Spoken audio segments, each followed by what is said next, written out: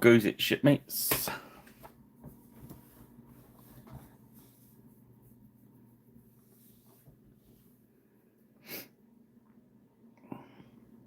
Let's move the camera just a little bit this way. That's better.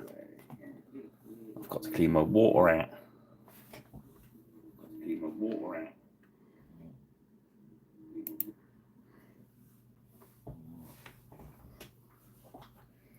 So let's sort that out.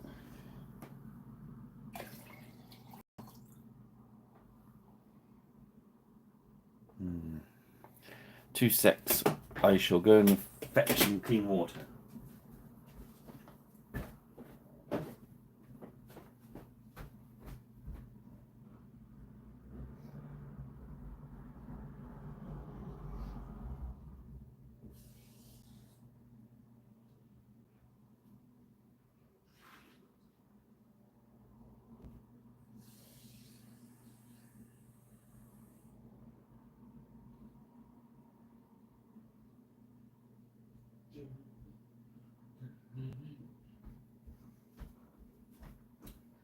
Right.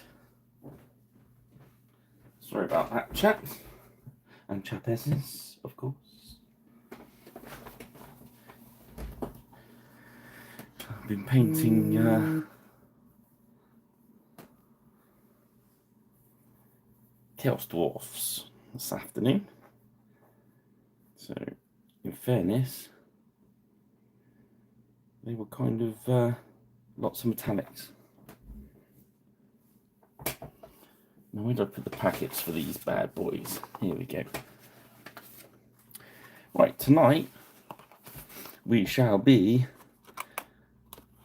I've prepared two lots of stuff. MPK8 medieval infantrymen putting out archer stakes, which I based on. You can base them individually, but I thought it'd be fun to have them just on one base because I thought they looked cool like that. There's the front rank and the new packet of Age of Chivalry levy bows. Ahoy! It's for Age of Chivalry levy bows. So we've got 12 of those bad boys, but they're all from front rank. Again, I think it's worth going on the front rank section and picking out the ones you like. But if you're in a rush and you want them to do it, they will.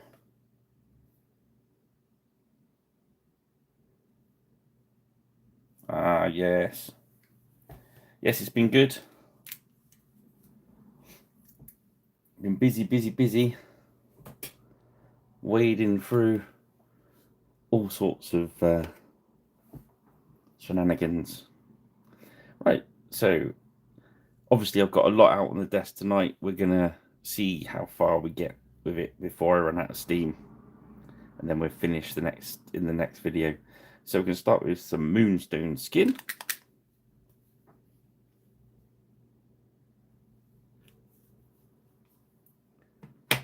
Yeah, it's been good.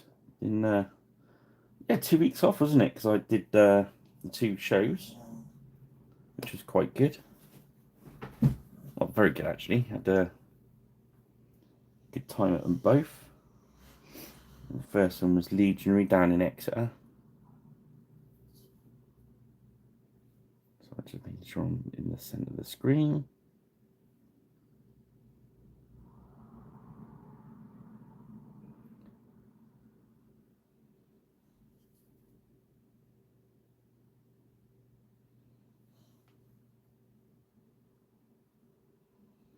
That was a really good show actually.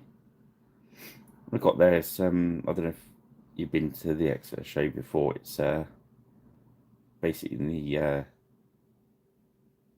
cattle market, which is quite nice and spacey. But when you first get in there, you're thinking, "Ooh, that pongs a bit." But as you know, it doesn't take long to go nose blind to stuff. So, wasn't too bad. But the what impressed me, there wasn't many traders there. That was not what impressed me, but what impressed me was the level of games, the level of participation games that were there were really, really good.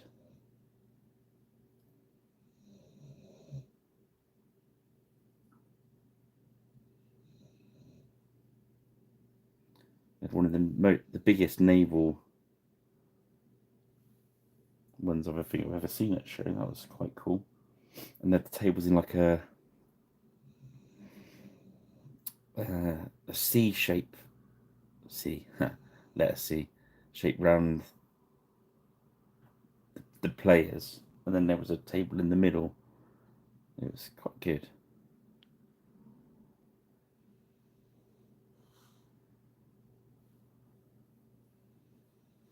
And a lot of nice war games, basically.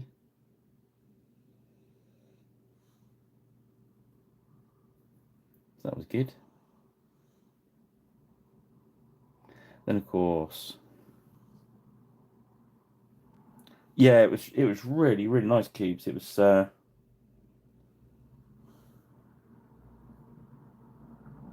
nice scale as well. You know what I mean? And as you got, I mean, I didn't have a lot of time because I was on my own, unfortunately. But I kind of walked through it a couple of times, and it was like where it surrounded you, it did feel very much part of it, if you know what I mean. There's all stuff going on around you, so that was pretty cool. And there was a nice samurai battle going on as well. That was a smaller scale affair, but on a very big table, if you know what I mean.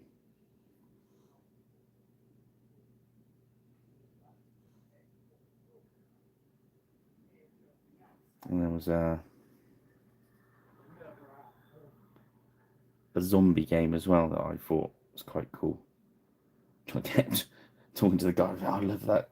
It's basically a 6x2 table, and it was I think it was called Zombie Dash. Literally, it's can you run faster than your mate and escape being eaten by zombies? So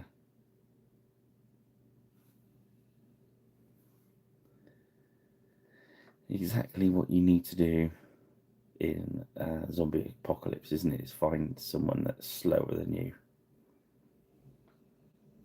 and be their friend for a short time.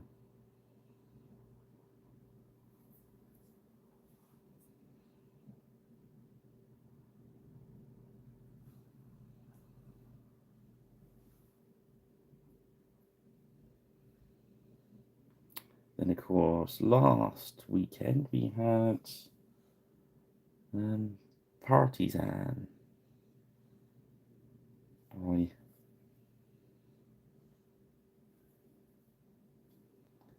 jumped on board the pirate ship Grieving Beast. Well, it wasn't a pirate ship, but it was once I was there.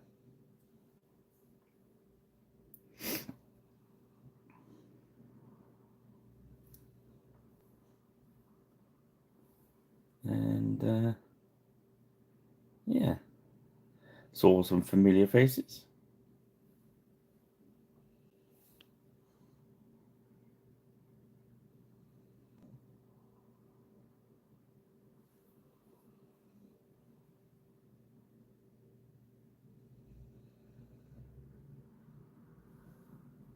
As over there, the decent set stage of games. And on the Beast front, they had the demo game V Corsair with Dr. Bob. And they had the World War One game. I think I forgot his name. Terrible name. So I'll have to apologise to him when I see him next time if I get it wrong. I'm pretty sure. I want to say Dave. I can't remember the name of the game. Bloody hell.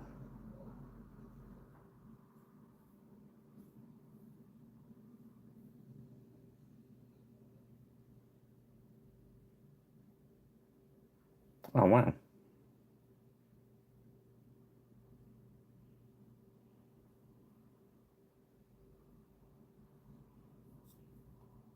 Neato.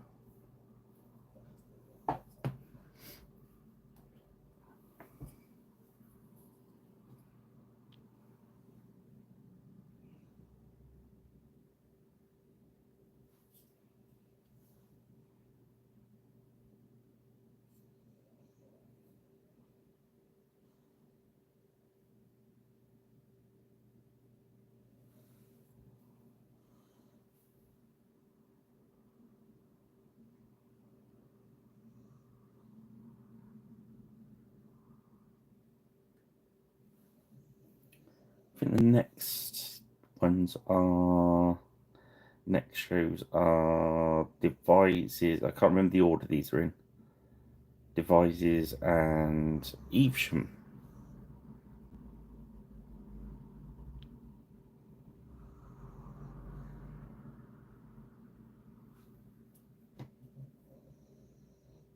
Yeah.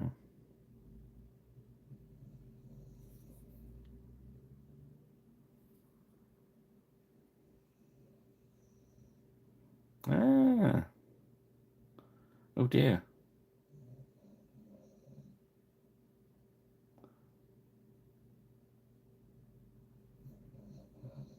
Best wishes to your wife, Adam. She's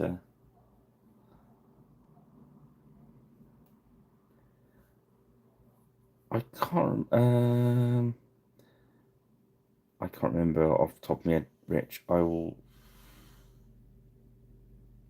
got it stored in my phone. My phone knows what I'm doing.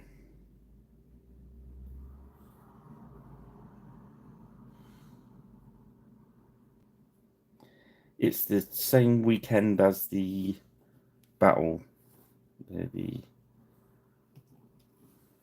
it's the other end of town apparently.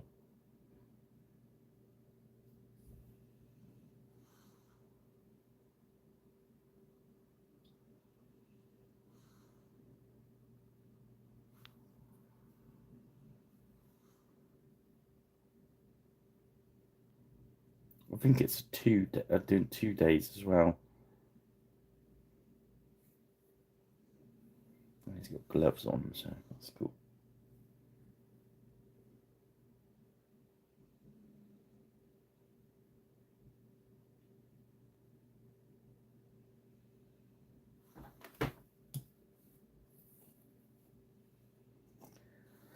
Yeah, I was going to get some of these archers and make just this particular one, see if I can get lots of these bad boys. And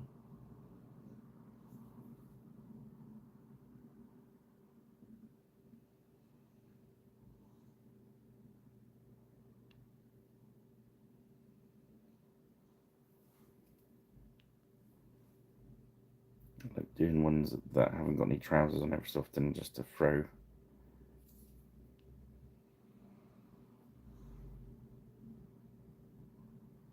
one in there.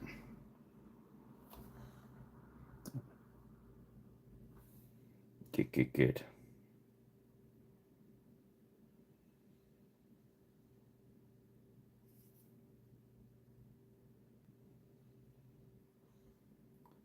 So yeah, so just adding a bit of medium to the flesh paint as you go along.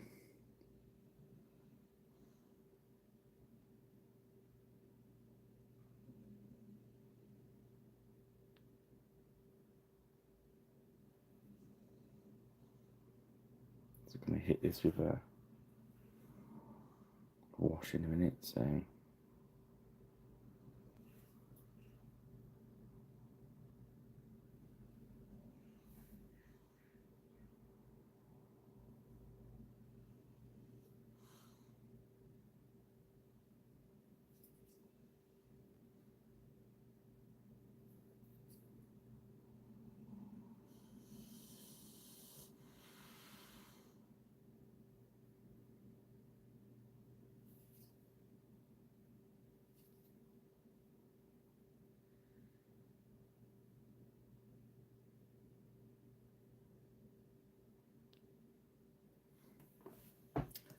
we go. Just keep on plugging through these. There's 12 of them.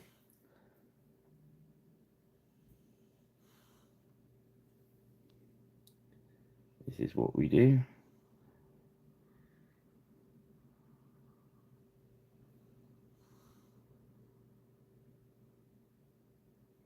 I figured because the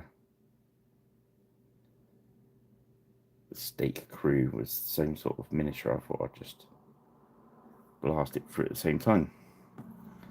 And this is what I do when I batch paint, is just keep everything moving left, right, left, right.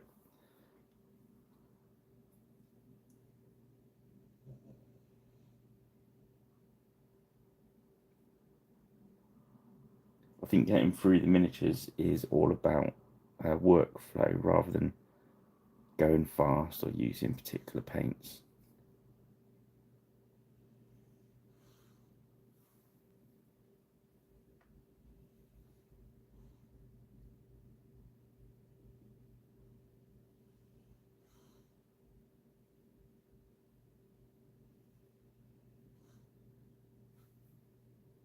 So each time you sort of change colour,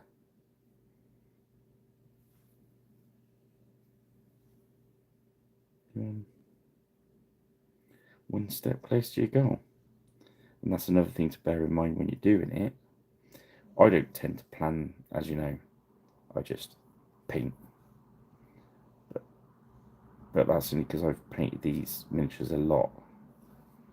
So I tend to just grab what I fancy. But another thing that speeds you up is choosing your colour palette before you start. So not only can you line your miniatures up like this, you could line the bottles you paint up, or load your wet palette if you wanted to do it that way.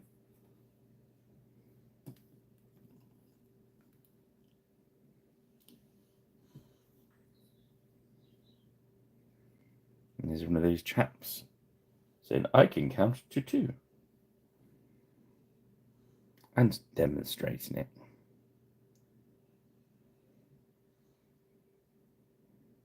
I do love the faces on these front rank guys as well.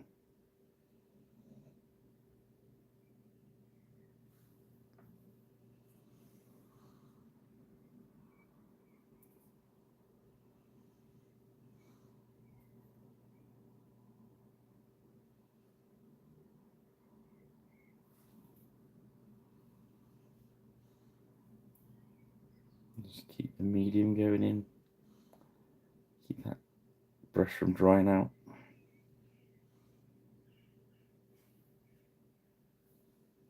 If at any time it gets a bit claggy with too much paint on it, give it a wash.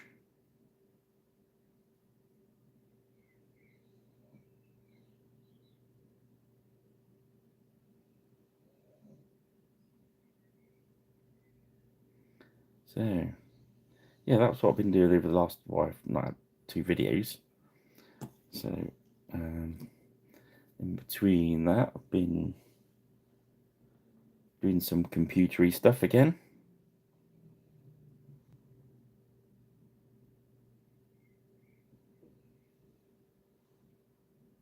Anyone watching live and Middle Earth Mithril fan?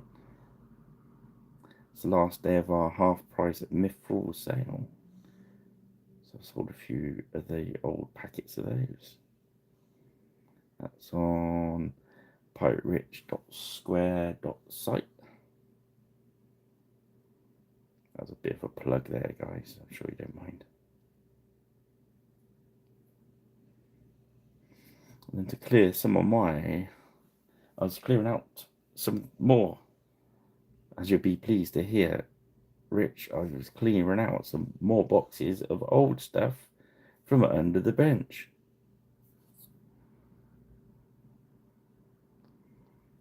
So I had to restart my eBay account to clear a load of elves.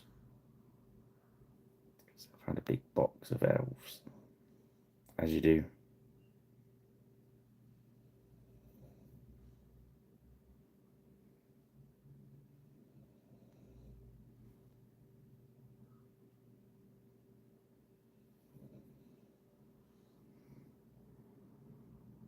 I think it was right the first time, wasn't it?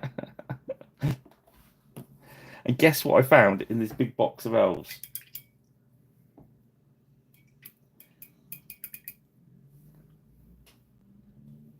See, you didn't guess. That's because you cannot answer me yet because you're not in the room. There was I going to start Rich's commission for him. So my apologies. This, my friend, is I got sidetracked. So going through all these elves, blah blah blah blah blah. I found a little bag, as you do, little baggie. I thought, oh, that's not elves. Yes, I mentioned it earlier. I've been painting them today. Some 1985, I think. Chaos Dwarfs.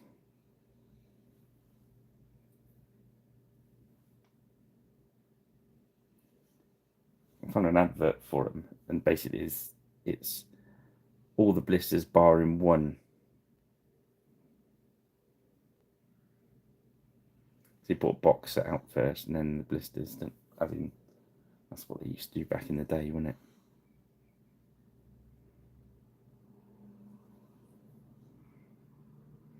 Yeah, that's why I couldn't resist. I was literally had your box of miniatures in my hand, Rich. My apologies, because I saw them and thought I'm gonna have to paint these. Oh, I thought I knew Rich would understand.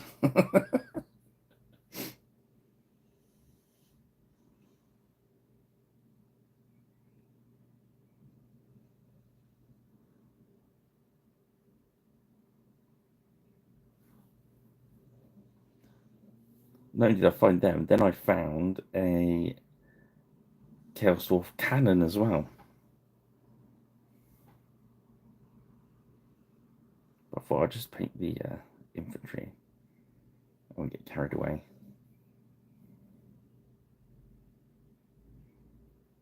As you can see on the flesh, we're just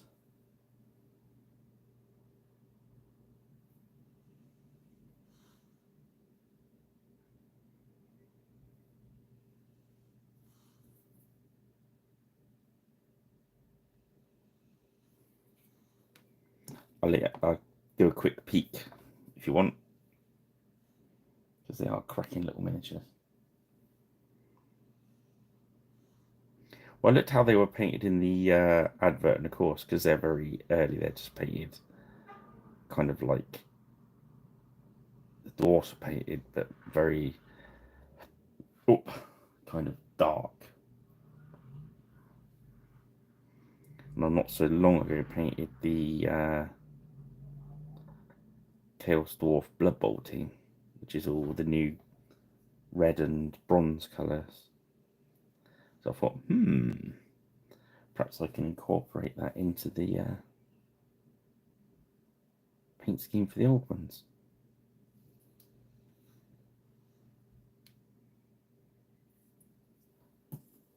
Let's do the flesh on this one so I don't get completely sidetracked.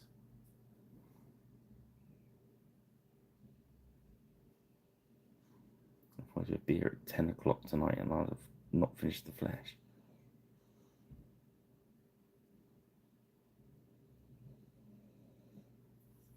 Okay, so that's all the fleshy parts done. So we'll give that a second to dry. And we'll have a look at some Chaos Dwarfs quick.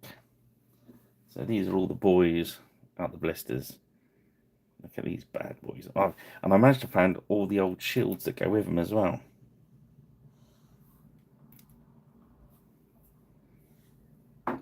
There's 9 there's 10 of them. I found one that's... This one's not actually out the blisters. I think he was a later one.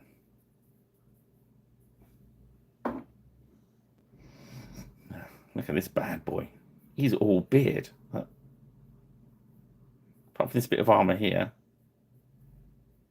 he's all beard. Look at this guy. That is a goatee. Yeah, I think they look nice with a little bit of red on them. You got some red on you? I love that line.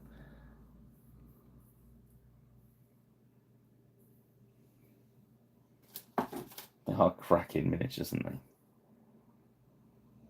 Obviously, First Blood had just come out in the cinema.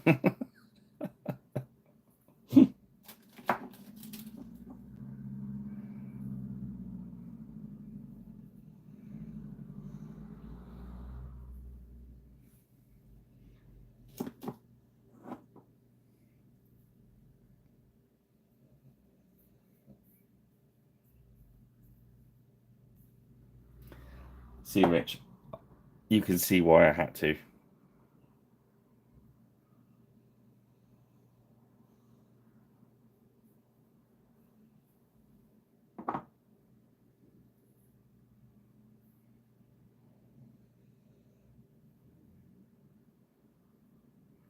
I'm not sure if that bit's a miscast or I don't know. But hey, there we go. Right, get back on with what I'm supposed to be doing now. So now we grab a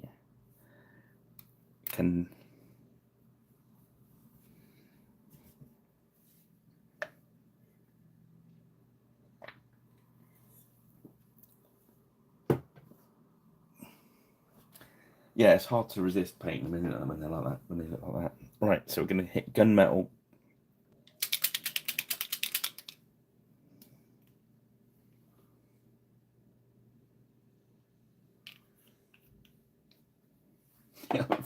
The old shield box I've got to make sure I was getting the right shields that are in the advert so I can match them up. As you do. Right, so I've swapped to a crappier brush because obviously the chainmail, if you've not heard me say it before, always use a crappier brush so you can do this with the chainmail. I'm just putting a bit of medium into my brush just to make sure it's nice and moist because this metallic paint is very, very thick.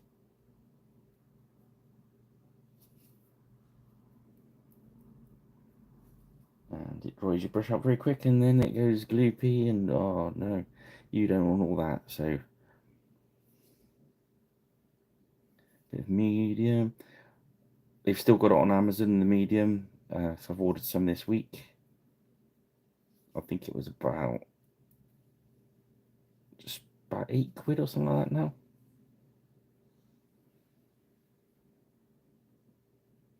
I bought that on the pomace because I was running a bit low on pomace for the bases. So the two together were £20. So I'm pretty sure the pomace was about 12. So that's gone up to what it used to be. When I first started buying that, it was like I think about £8.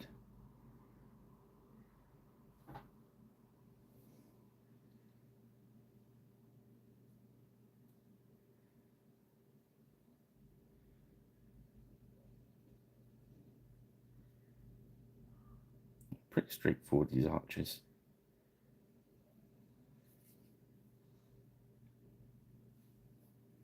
Depends how complicated you want to get with them. I bought these for the levy pack, so you got 12 rather than 8, which is always worth doing.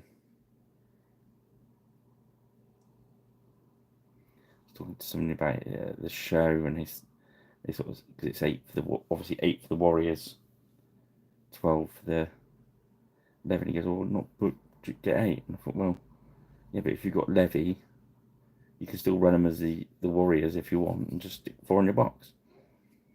Gives you a little bit more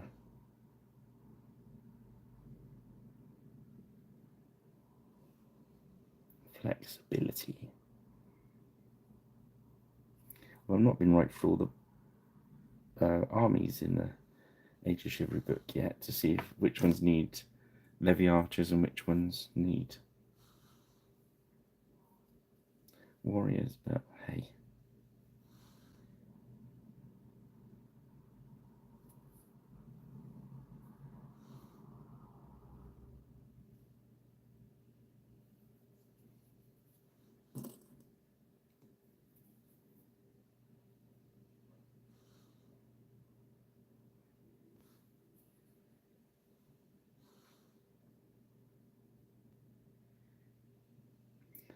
pretty chunky for levy, so I don't know what the deal is really, because literally they are the same miniatures you use for the warriors.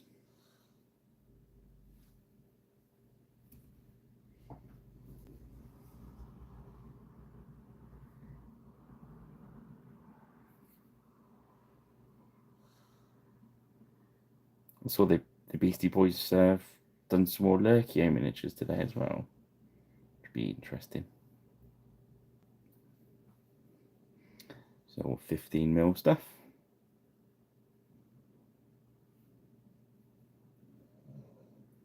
That's just if you need that extra rabbit hole to fall down.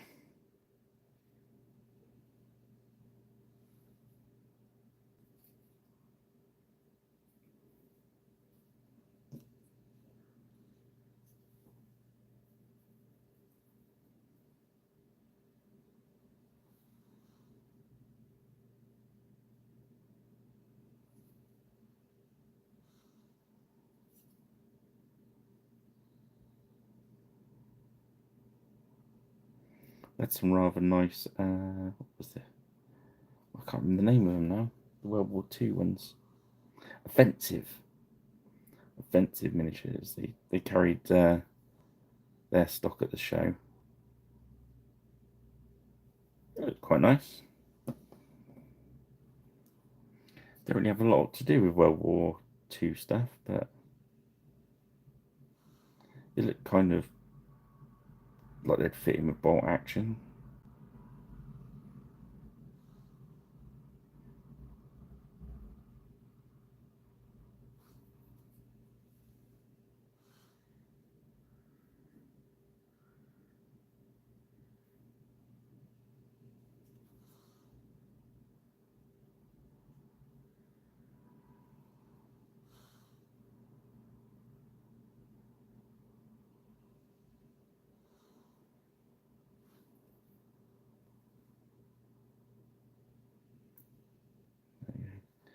So yeah, just keep that medium in your brush.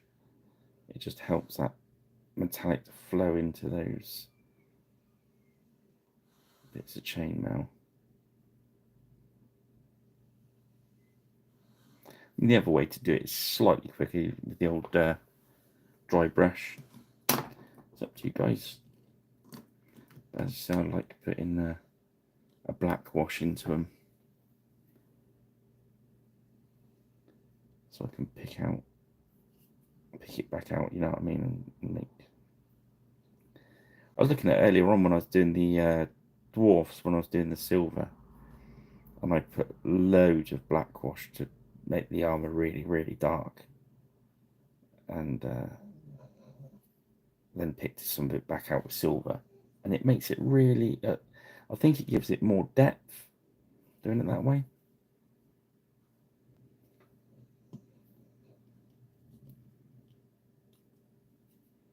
But you got to decide whether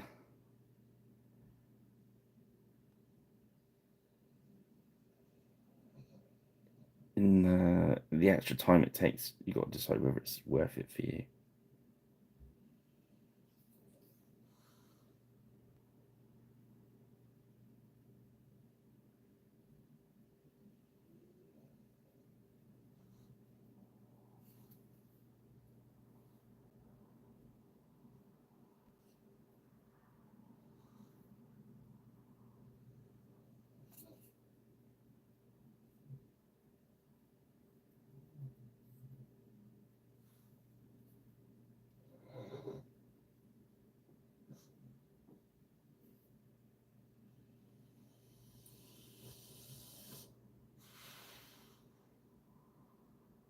Yeah.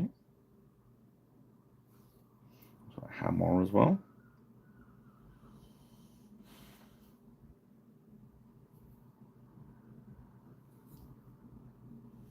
It's probably wood in fairness, isn't it? But hey.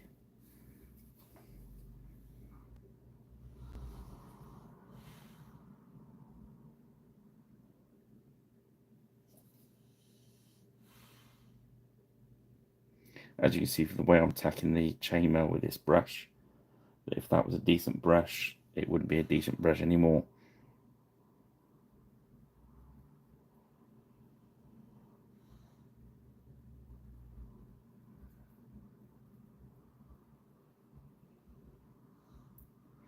Yeah, so next Friday,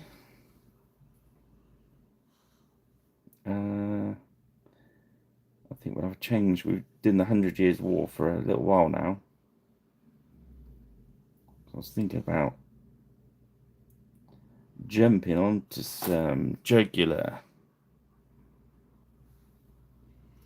The Gladiator. They've been waiting. I've done the unboxing for them, and then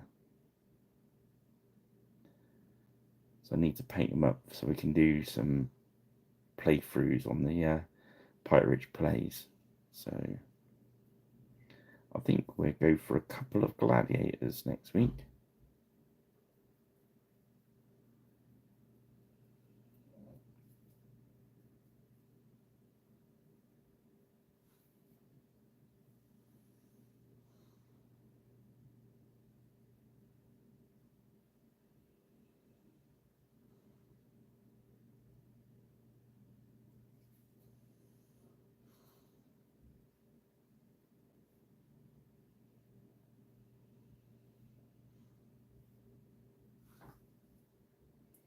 Bit of a dip into the medium again.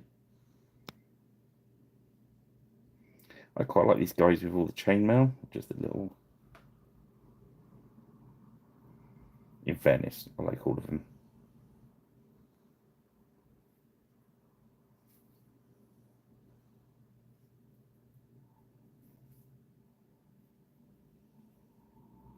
They kind of look nice all mixed up, don't they?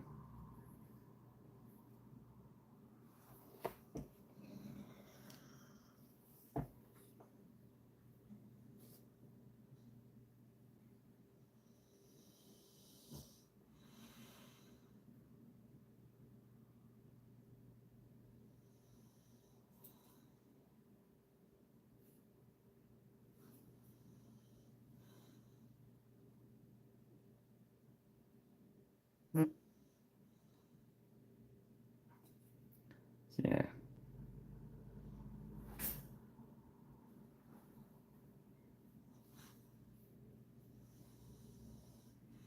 It's always to get this. If you can get the metallic and the flesh down quick, then we can.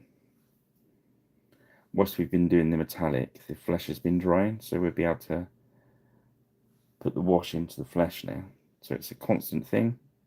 It's what I was sort of saying about the workflow earlier. So we've not got any downtime waiting for paint to dry.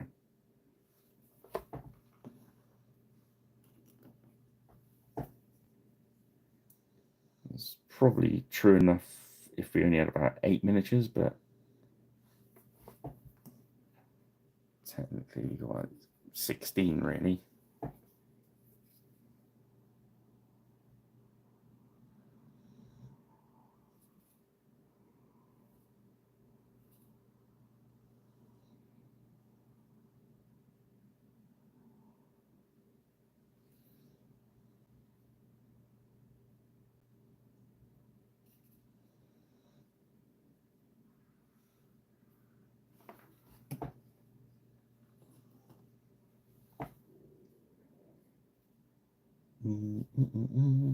This one looks a bit Robin Hoody, doesn't he?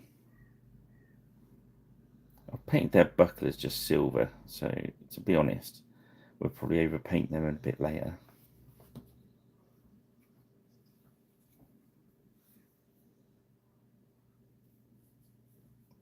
Oh, pardon me. So let's do the face of that as metal.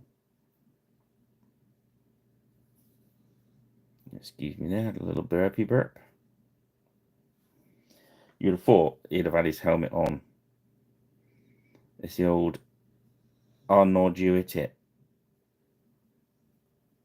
That's why I set it up like this. I was looking at Dr. Bob had painted the same miniatures at the weekend, and what he'd done was, I think for Eco Joe, he'd had them on 2 bases that like that sort of size. I'm not sure if that's part of the rules, or I'm going to paint the whole head metal, I think. Might change it back to wood later. I think there would have been probably metal bound wood ones, wouldn't they? But hey, oh, that's charming. The dog's off. Yeah, so you had like one guy hitting a different peg in and stuff, but I thought it was funny having them doing the bonk, taking it in turns to hit them in, and this guy's following them up, sharpening them, which is kind of cool, isn't it?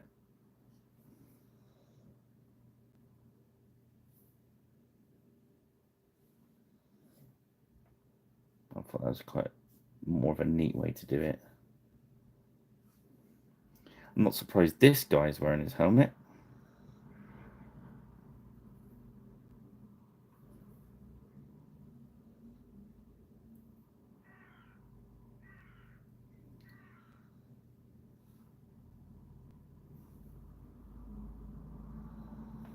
Okay, so I've gunmetal down. So next we grab. What do we grab? We grab da, da, da, da, Crusader Skin Speed Paint, because that's what we do. We still use this brush. We're going to start with the very first one, which is going to be the driest. We're going to load that in. It's going to take us bucket loads of time. I say the John Blanche Flesh wash is like the old. Well, it's not actually. It's similar to the old one, and I like it. But until it becomes on generally separate, I'll carry on using this when we're painting for the Paintalong, because I think it's a bit unfair to use too much out of that box. If you can, you buy it separate. And that reminds me, I was supposed to do a second video to compare the paints to what's going on in the range already. Dang. Been so busy. It's not that I've been slacking or anything, guys. I wouldn't let you down.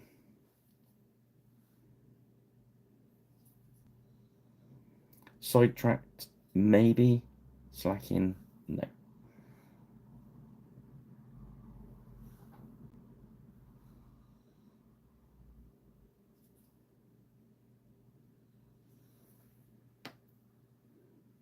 Let's just move these guys over here a sec. This is why I work in the lines, because you know when you've got less of them, which ones will be the driest. And it helps you when you're splitting, choosing the colours as well later.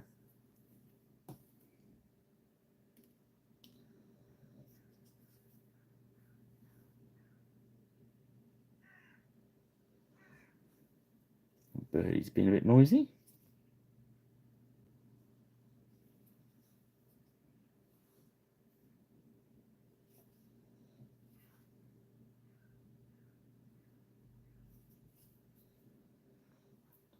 So, you know, Adam's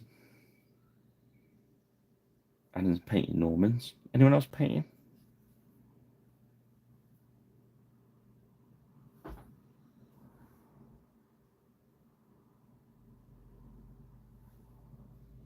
And obviously there's no law saying you have to, but I'm nosy.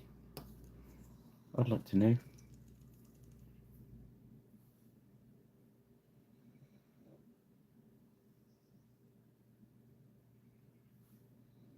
As you see from this, I'm putting quite a bit in.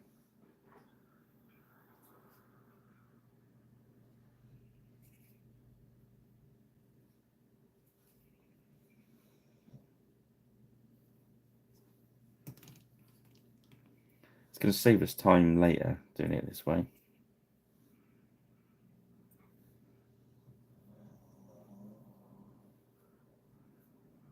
Ah,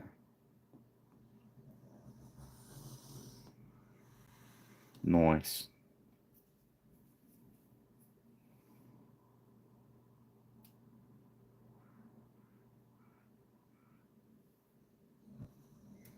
It's kind of therapeutic painting skellies, isn't it?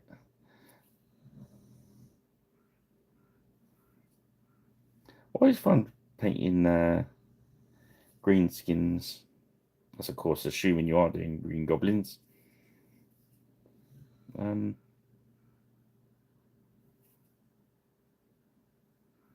quite cool too.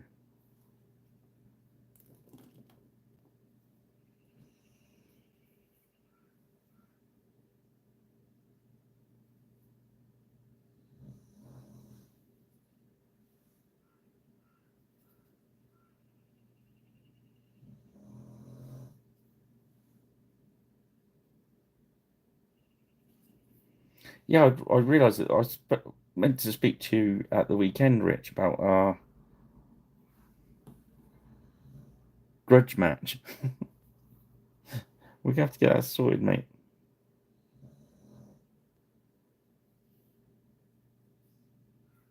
Uh, is that the sort of very old styly kind of mottled?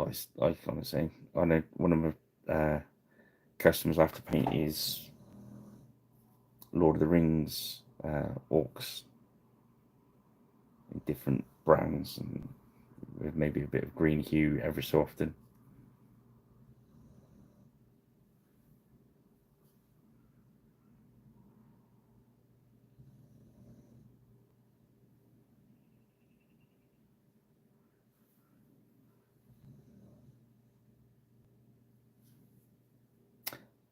Oh yeah, I did actually prep these up to do last Saturday because I'd got all kerfuffled about when Partisan was, so I thought it was on the Saturday. So of course didn't do the paint along, but I got it ready just in.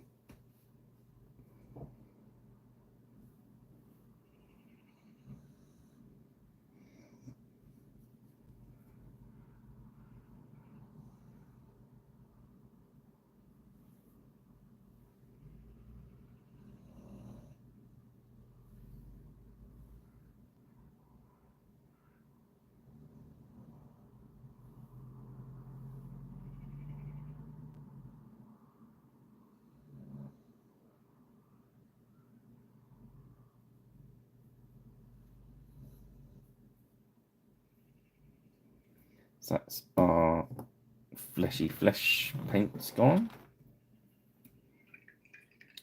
Probably do the metallic now because it's been long enough in between.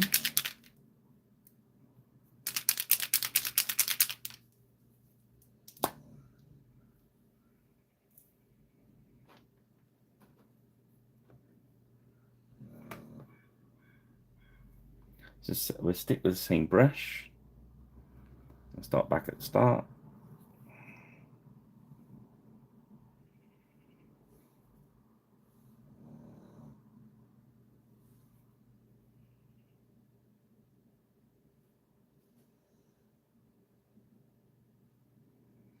Yeah, the oak bound ones. I used to have all the woods ones. Um, Loved the miniatures. I just didn't quite get the rules. It's a real shame because the miniatures are ace.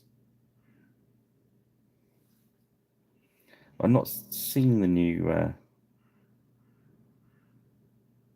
stuff. I did see that. I did see the Kickstarter going off.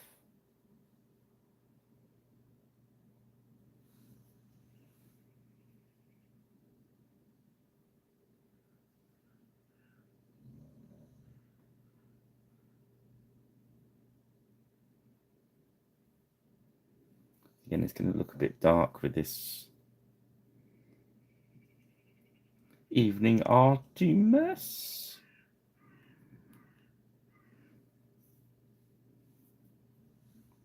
Just dropping some black wash onto the metals. This is the wash I made out of what was left of the Knoll oil and some of my medium wash and some Vallejo black ink.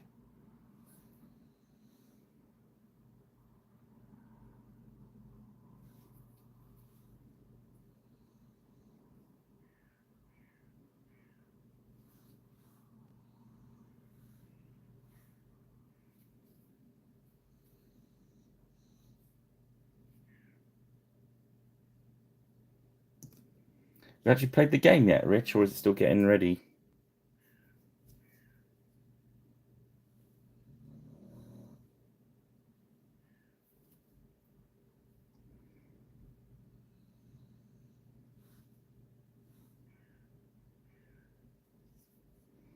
Yeah, these boys really love the old school miniatures. They bought old Nazgul off me out of all the old Lord of the Rings stuff I've got. Oh, pardon me.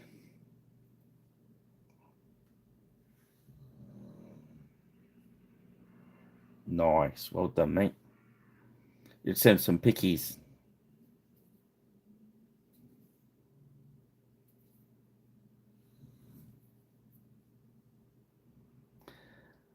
Have you had a few, Rich?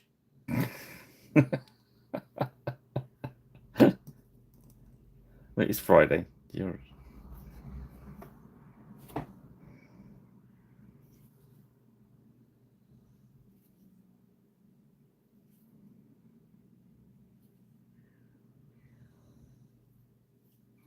I do love that guy.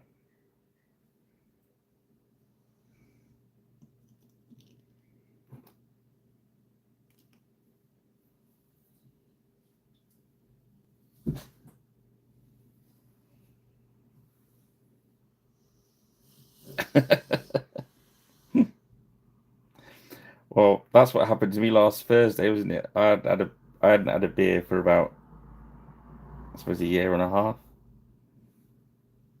Hence my elbow being in a bandage at the show. But I need no sympathy because it was self-inflicted.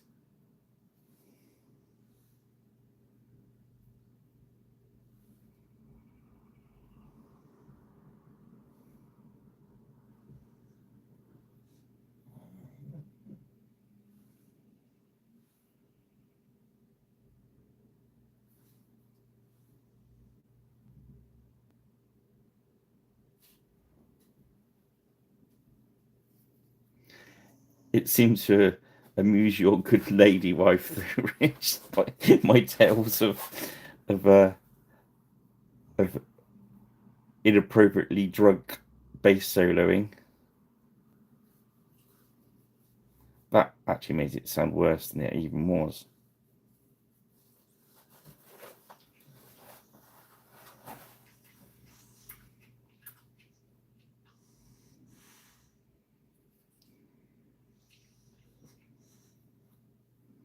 It's nearly better. I'd say I'm 80% there. My elbow is now.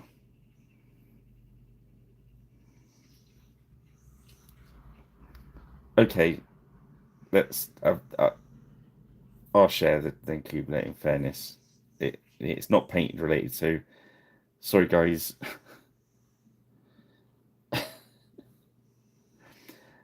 Last Thursday, I decided to. I play the bass and if you hadn't caught on and sing with a band and stuff.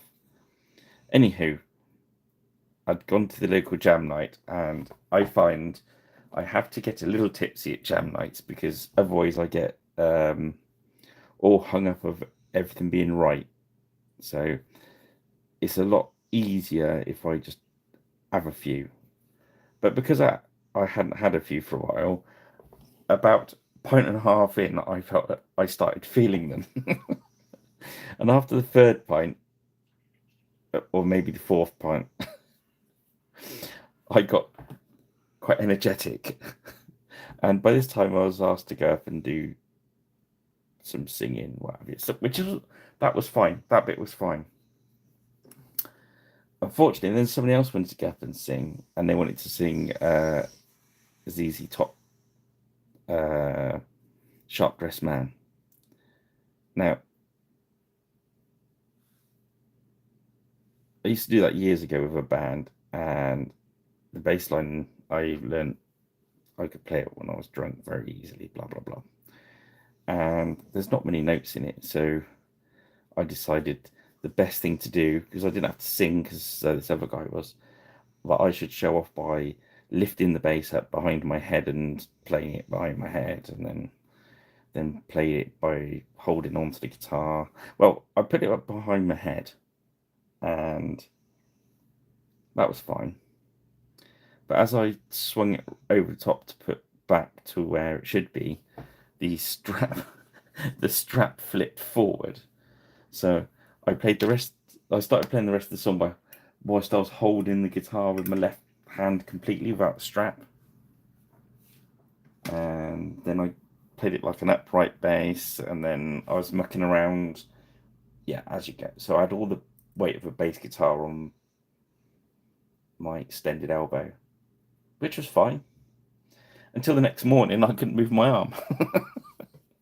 There we go. That was a long story for that short punchline, wasn't it?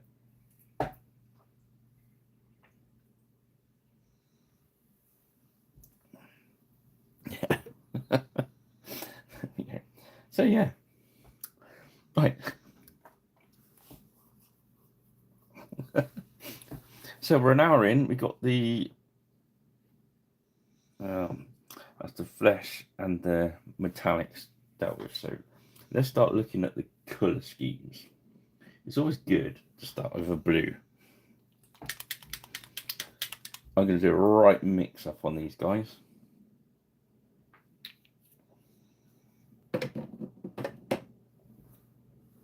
Get rid of the naff brush.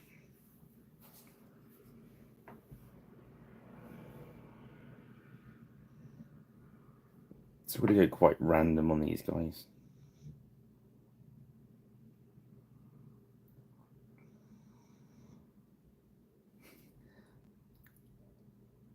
Not intentionally rich, but I suppose it could be.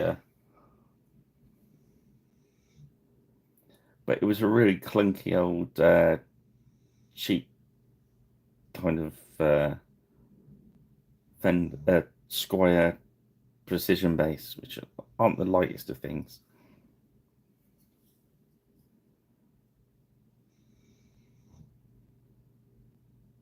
Oh, sorry, that blue was Imperial Navy, which is the darkest and very deep blues. And I just added some medium to it. Now, when you add the medium to it, it just runs on beautifully, this blue.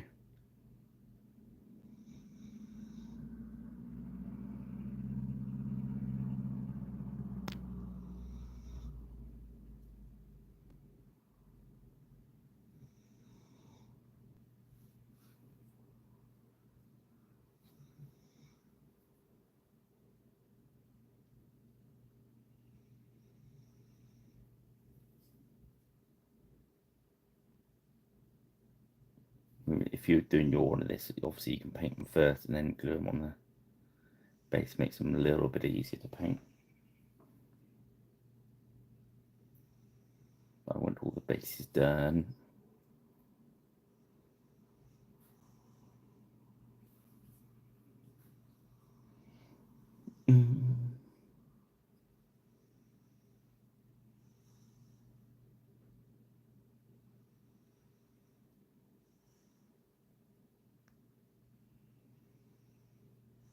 The only thing making this awkward is the length of the base, really.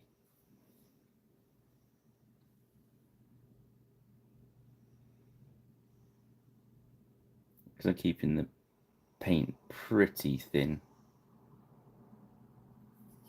This stuff gives you great coverage. So And we've got the Vallejo Zenithal highlight and Zenithal undercoat. You know what I mean, guys. Underneath. Which throws us a free highlights, really. They're not going to seem very well for this blue, but good if you thinned it down just a little bit more. The other blue without the, because this has got the other dark blue is a little bit more transparent than this when it's watered down. So if you really want that undercoat to show through, okay, so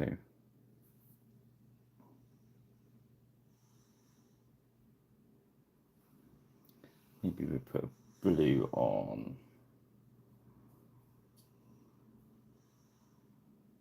No, we won't. As I say, okay, so this is the next way to speed the process up, because we're an hour in, and this is the thing with batch painting. It doesn't feel like you're getting anywhere, but all of a sudden you get to one stage and it just starts. Ah, yeah. So I'm going to throw this one into quarters.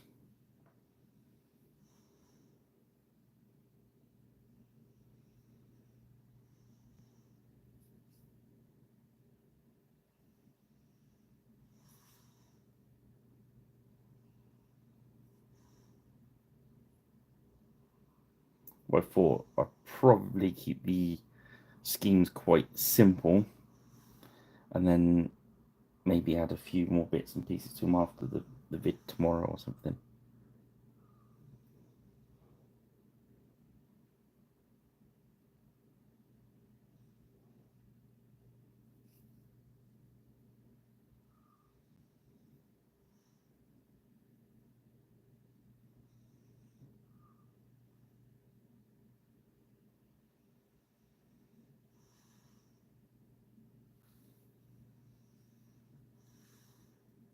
Another good thing if you do like I said, keep it random, like we have been for all this 100-Year War stuff. You can use it for other stuff.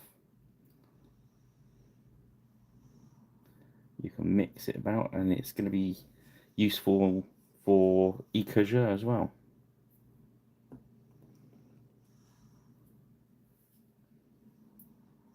So this guy, we do another tunic in blue, but we do, instead of quarters, we do halves on this one.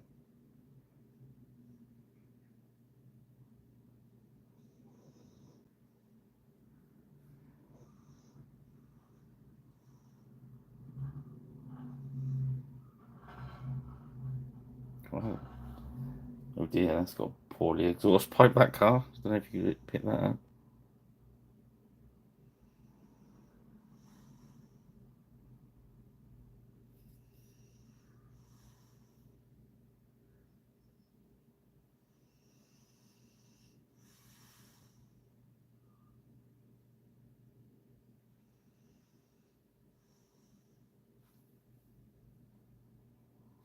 Keeping that medium going in.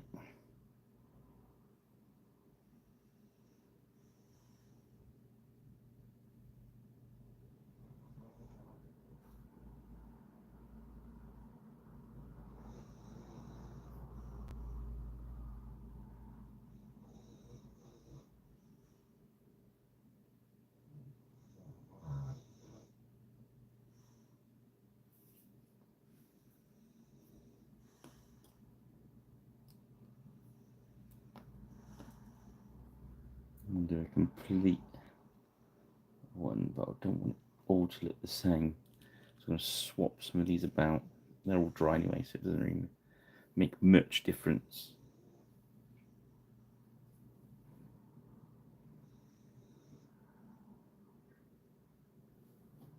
So we go for a complete blue one on there.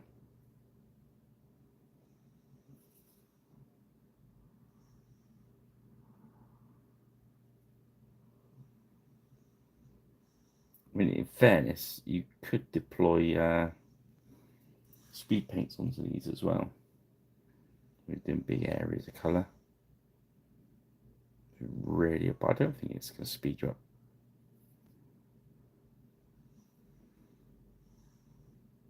I'm not convinced speed paint speeds the process like this up that much. They do a little bit, but I think it's much more important to get a good workflow.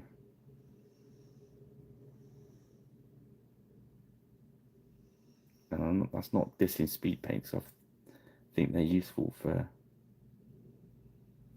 I think just saying that they're for like speed paint, blah blah blah, is underselling them. I think they're better than that.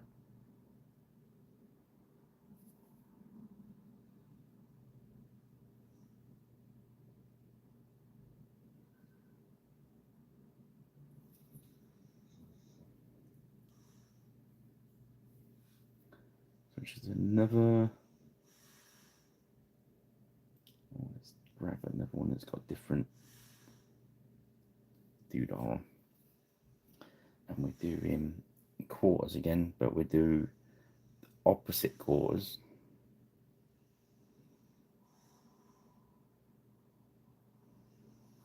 Just because we can.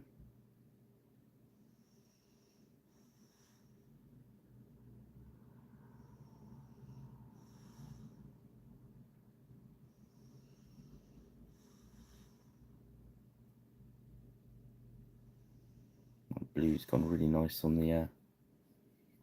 I've got a nice amount of medium in it. It's kind of flowing off the palette, real nice.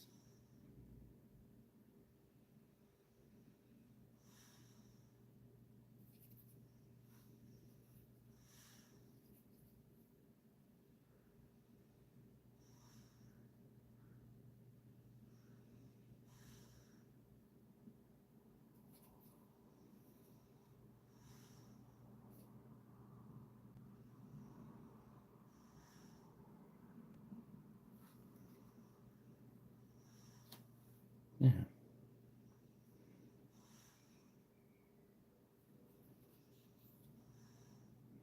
Yeah, so juggler next week. The reason I've done 4 like that is because the next 4 we're looking for areas we can paint blue. So obviously he can't have any blue on him because there's nowhere to go. But we want like trues and stuff like that.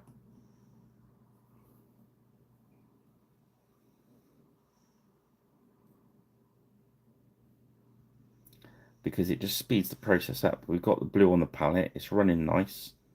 Let's use it.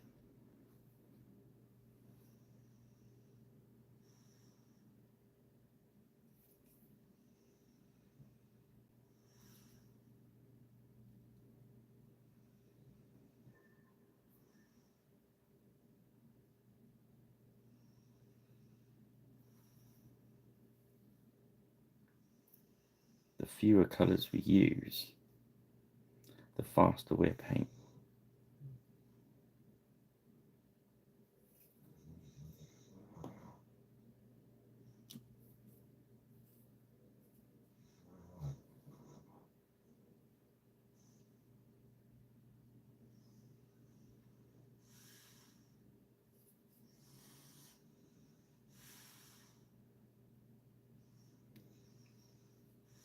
That's just them facts.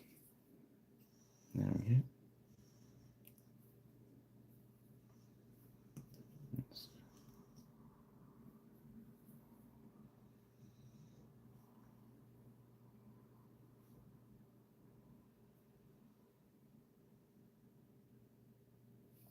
Yeah, it's all good.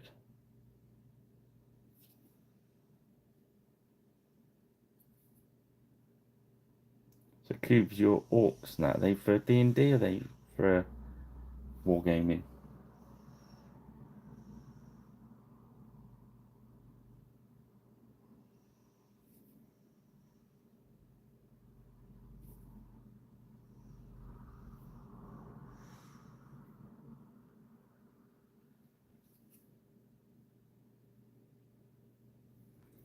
Obviously now I've done tunics, tights. So these guys we're looking for kind of around the top of the miniature. Now he's not got a hood on, but he has got a shirt underneath this tunic. So we'll just pick that out.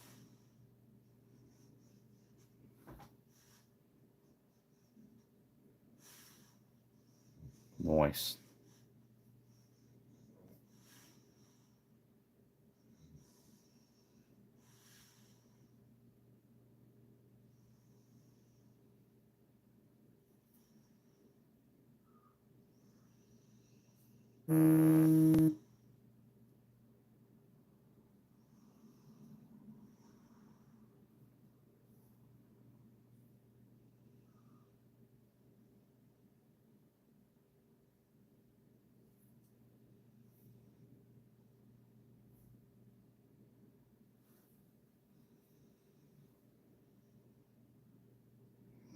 Yes, it's been good at shows. It's been selling a lot of D&D stuff.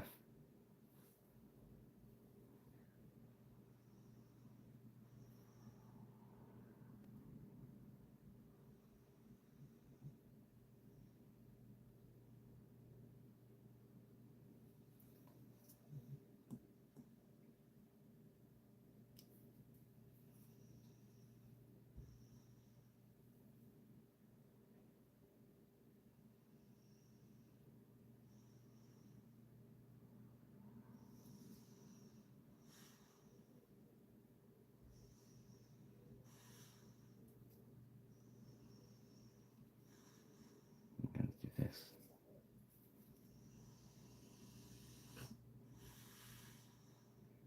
I was going to do it half and half, but I think I'm going to go blue all the way around.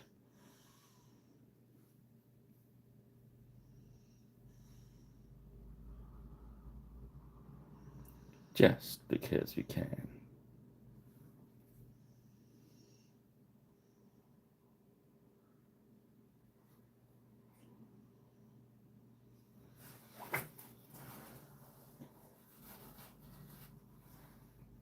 As you see from the flesh, that tone's dried really nice now.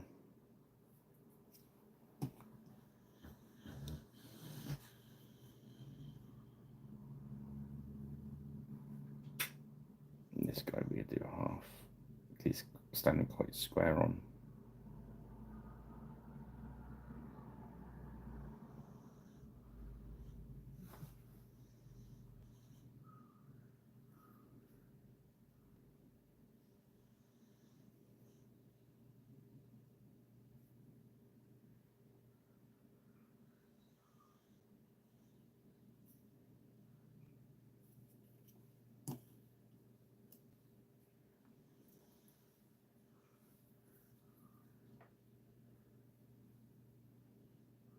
This guy would do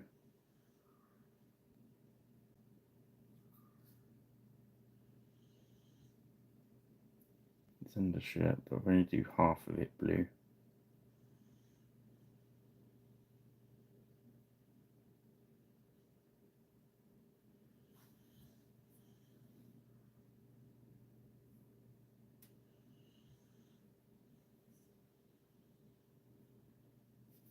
There we go.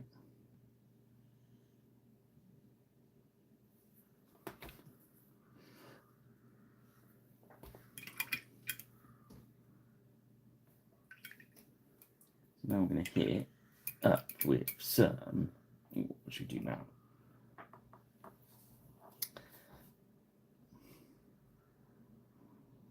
Do a green. Let's do a green. Let's start with halfway up the ladder to green skin. As you start very dark.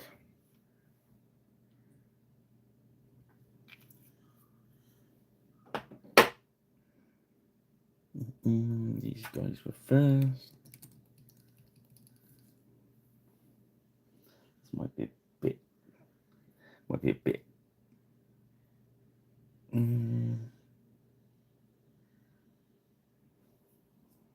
That's all right for a little bit of it because we're gonna water and some wash over anyway.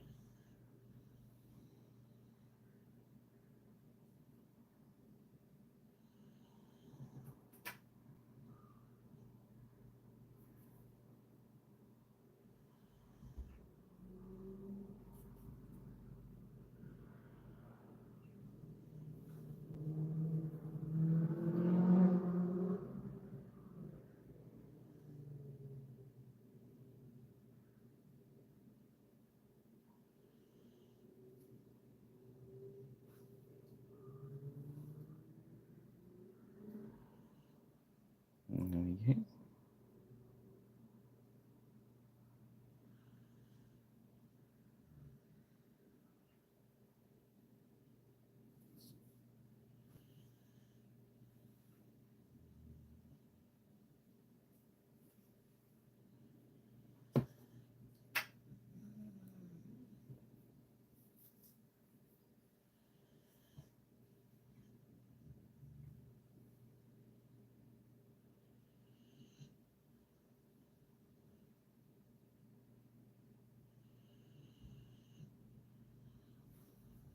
I'm just going to go half with this one.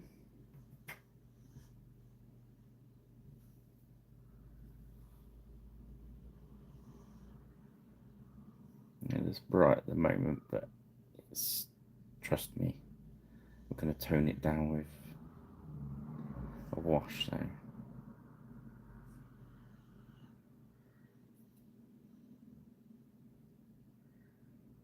I'm going to swap to the darker green in a sec for the tunics.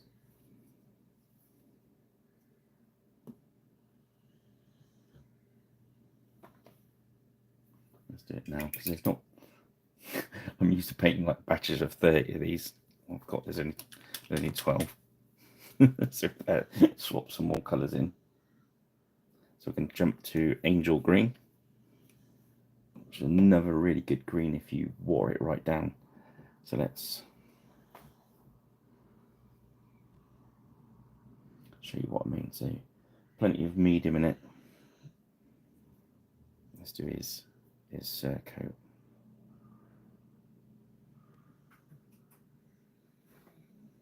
So you can see the greys starting to show through.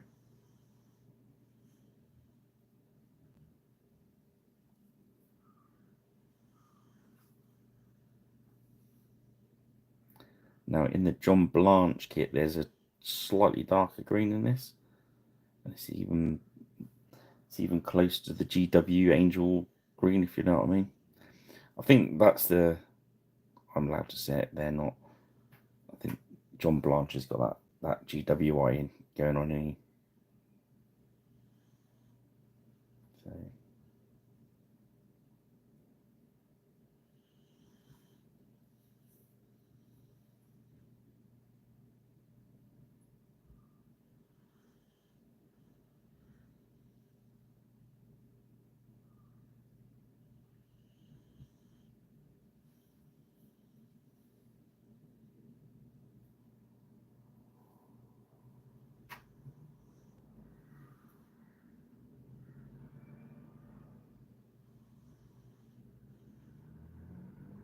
Okay.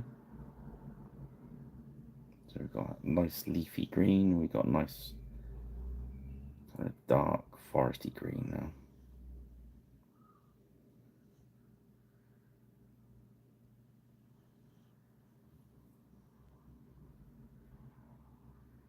Missed a bit of his hand at the back there.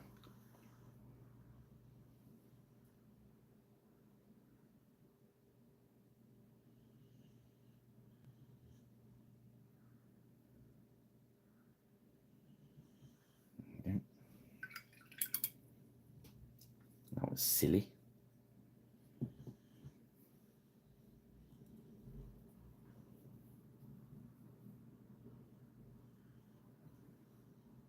So I'm going for some green troops. You can mix it up. So the second row, as it were, where kind of my legging guys, so they'll get the green tunics. Do you see what I mean?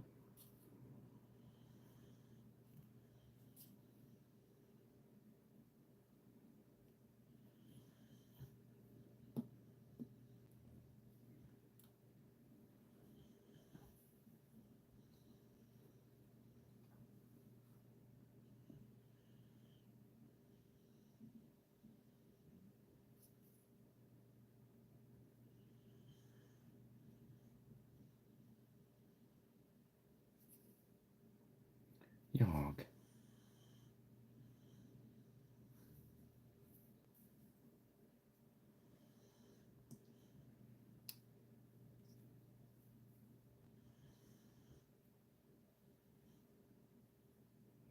So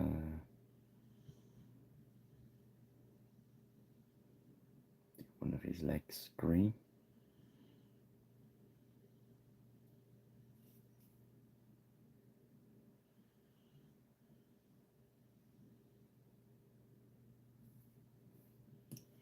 And on this next batch, we go to the back to the tabards.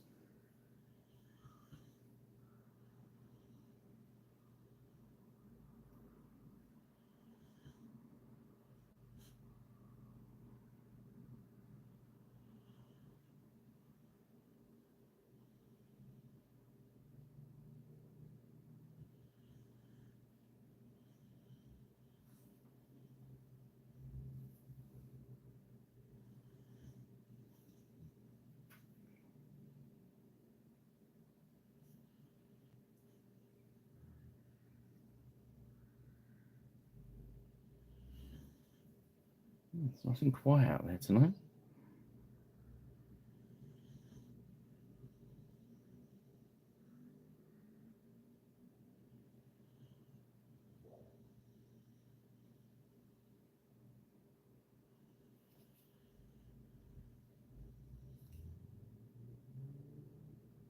This is a somebody comes past a really loud car.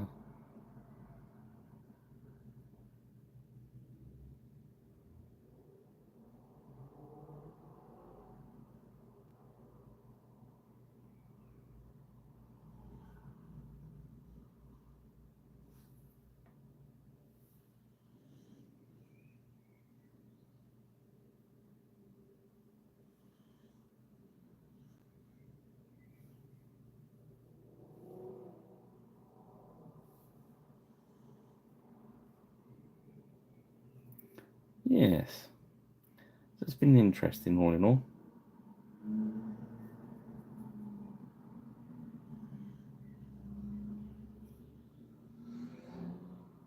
What been interesting next week is starting on those gladiator miniatures.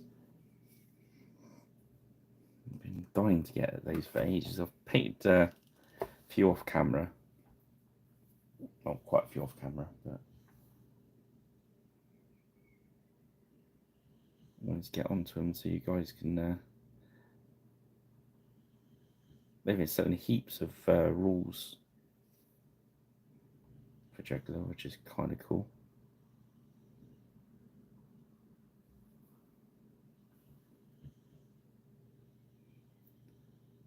There's a bit of a buzz around a new Gladiator game, and then that come out, and I think that everyone gets everyone in the mood, doesn't it?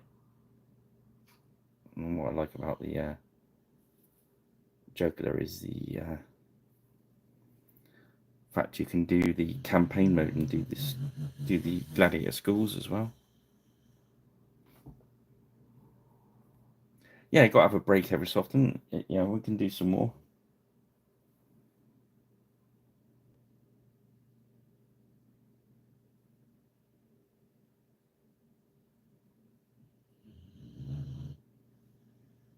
Throw this one into some quarters.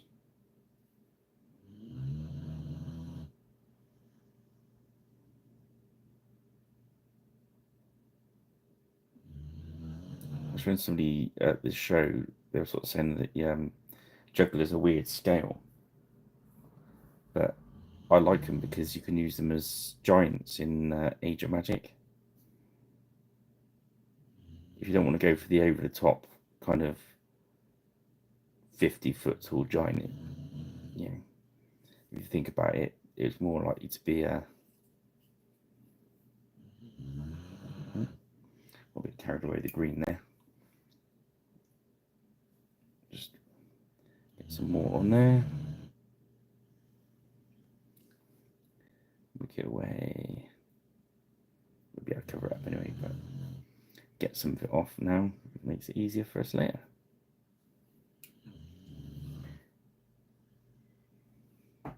Yeah, if you look at them sort of at the 28mm scale there, because they're they're probably like 35s or something like that. So they look bigger than a normal man, but not stupidly bigger, which I think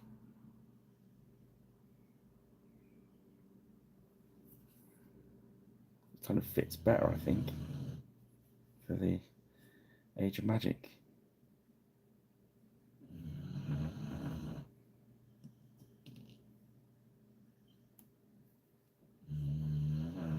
So a quarter, so we did this one as a half.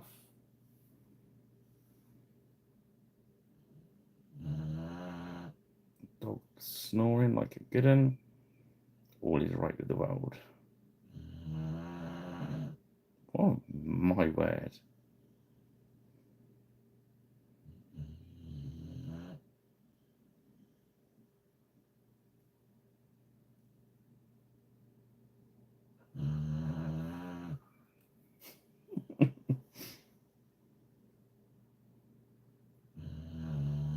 Well, I suppose it's an opinion of sorts. Not sorts. It's actually an opinion of snorts, isn't it?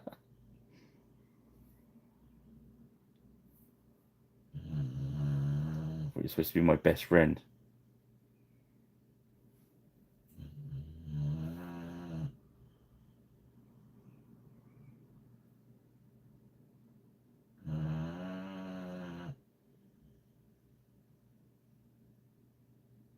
I've got to do some more Age of Magic-y stuff as well, so we're trying to get some more Gobbos and some of the Uruks. It certainly is.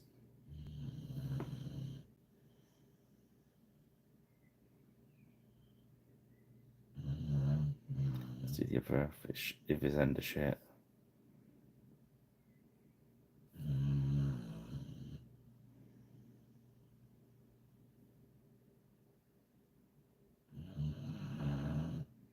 My words.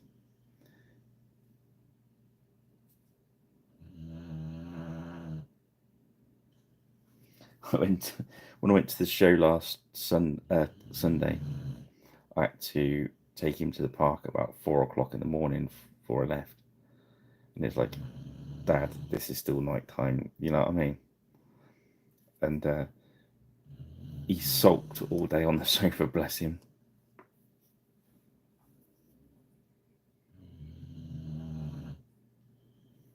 He wouldn't get off for a wee wee, or he wouldn't get off for food.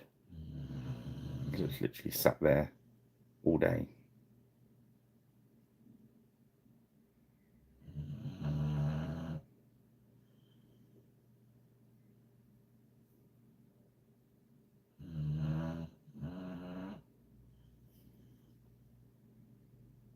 But hey ho.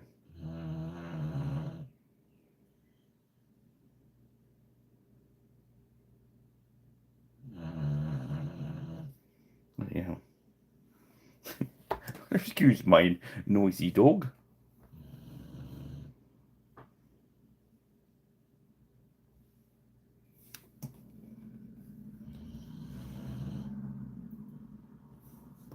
Green on all of them. Right, so we grab. Let's use resplendent red for a change. This is like more of an orangey red. We usually use the other side of the reds.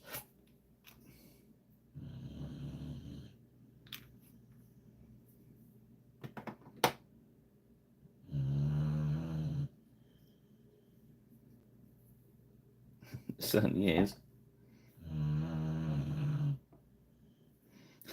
I wish there was less sound of it though. No, bless him. If he wants to snore.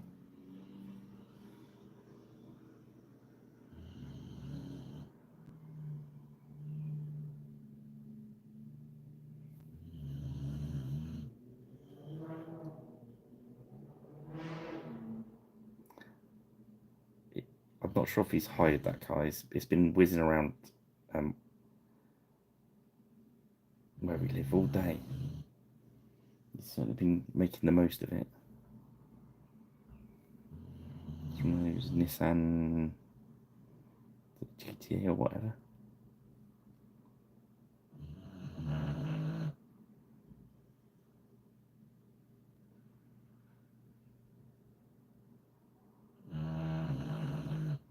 I noticed this one looks good once you put a red wash over it, so it kind of looks very orangey going on.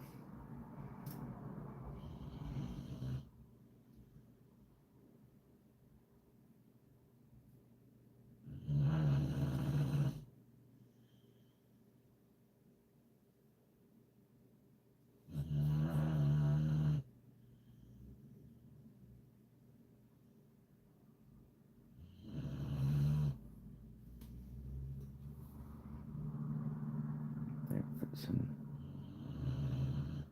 random colours on board.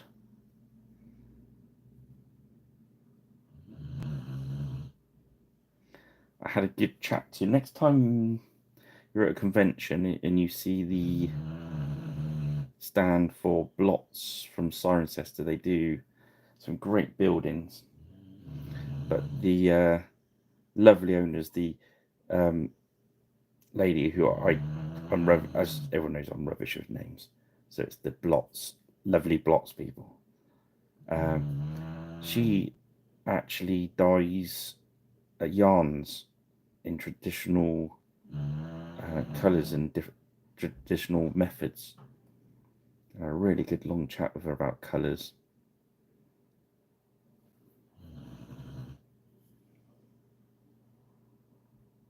And it's just sort of saying about it's not only the different materials, it was the different water bases as well that made the colours come different in different areas.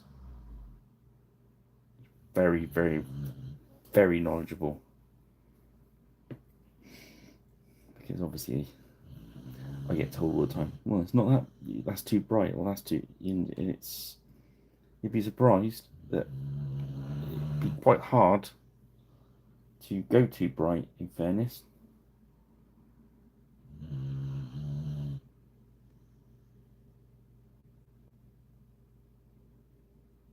Cannot remember the name of the website offhand, but I know probably there's a link to it from Blot's website.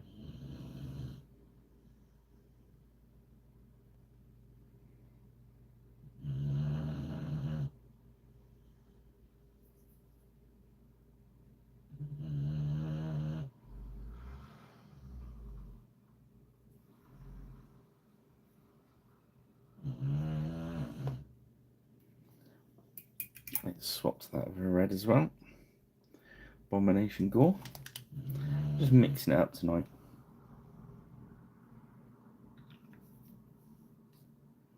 Because once you get them with the other ones you've got, you probably find that there's some that match in, or you can play mix and match.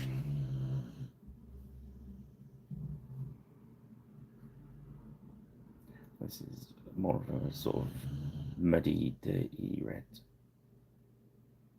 This is from their old range, not the Fanatics.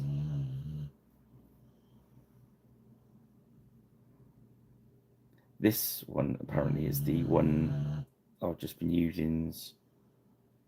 That's its replacement. You can see there, similar. It's just the bit of darkness in this one. From what I understand, a lot of the colours went a little bit brighter because they were looking for better coverage. So they added lots more very light greys and whites to make them a bit more opaque.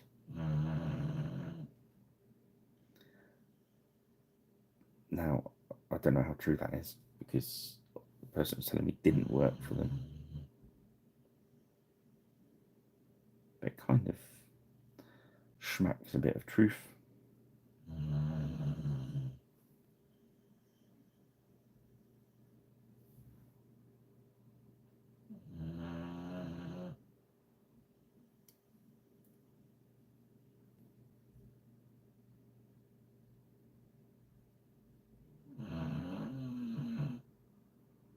So we're gonna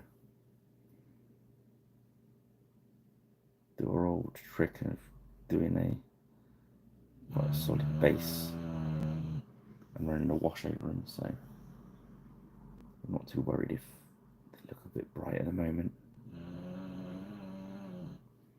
I'm going to wash and highlight.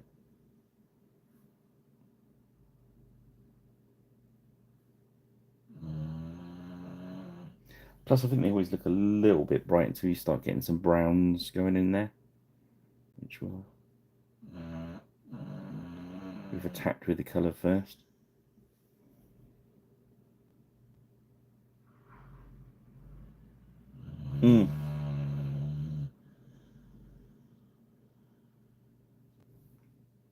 There's certain gaps in the paints, though, if you know what I mean. I do think the Blanche sets certainly fill a couple of them.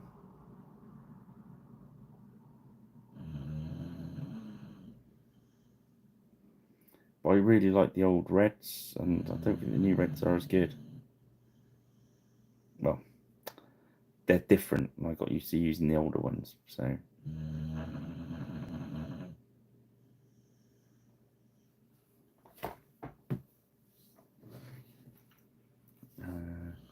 But a lot of them I think are far better.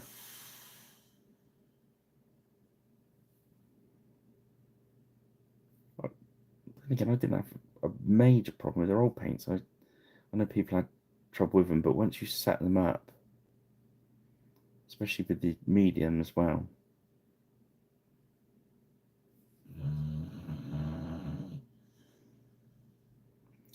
Yeah, the Blanchy set's got a good yellow in it.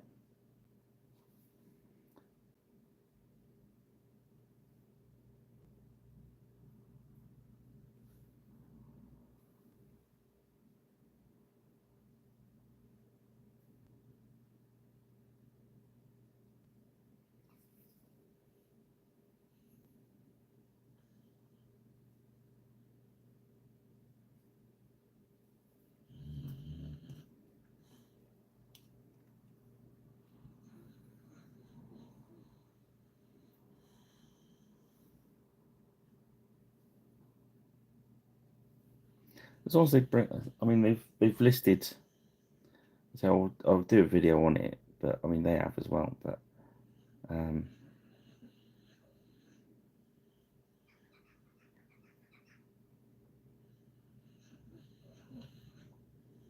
they filled a couple of gaps.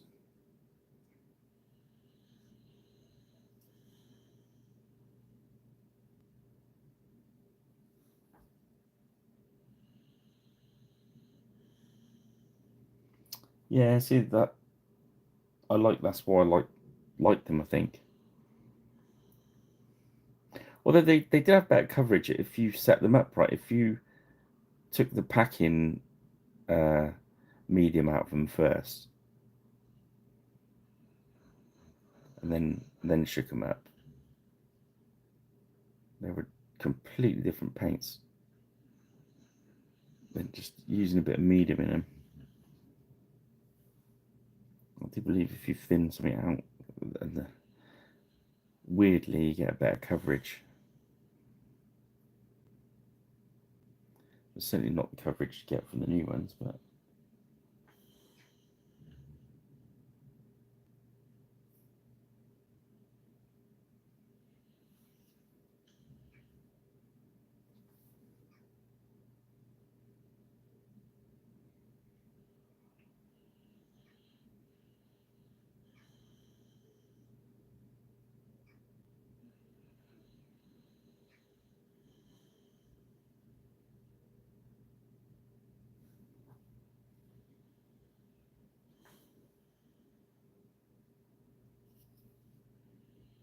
I'm doing alright.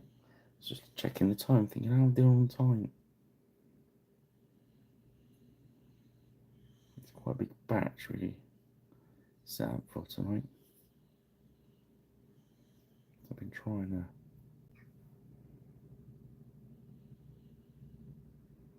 make as much progress as we could.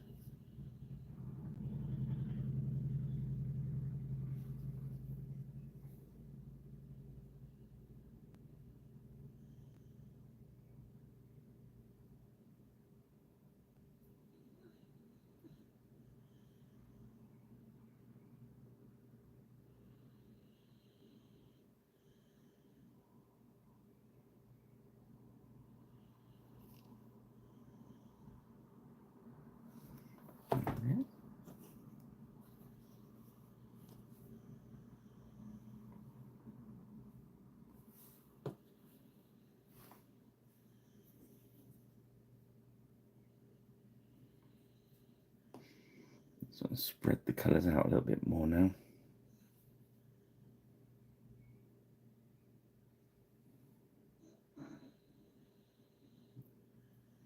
Put some browns in a minute, see where we're going.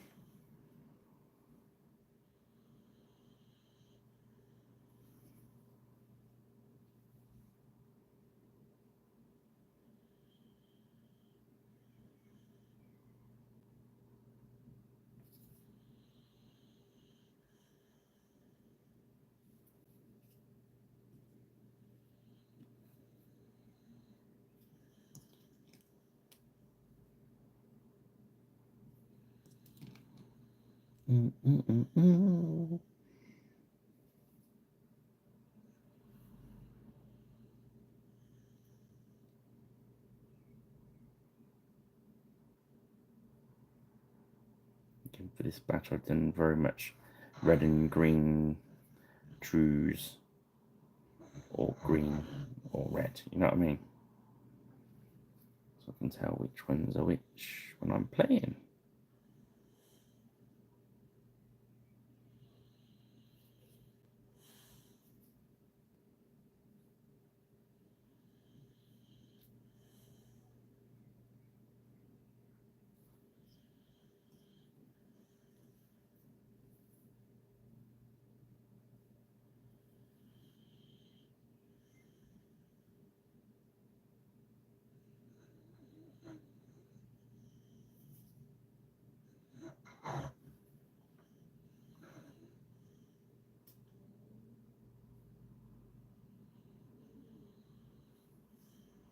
Keeping that medium flowing into the palette.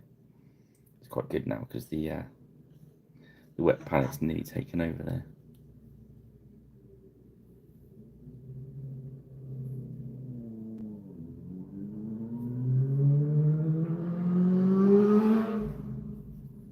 Vroom vroom.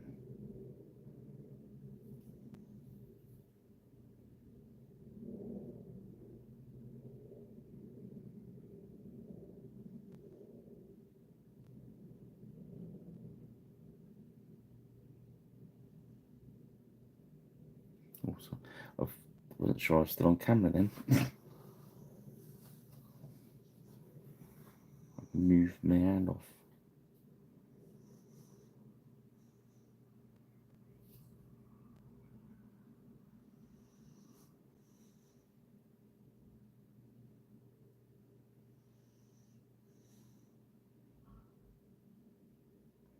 Yeah, so it's been kind of long old week really.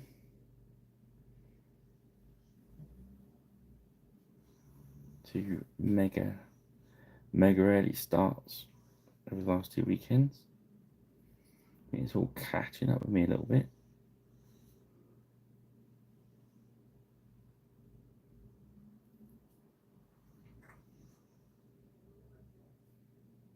So I'm going to try and do some more just little short videos I used to make with the how to do this, how to do that. I think we're going to go for a little go at those again soon as well.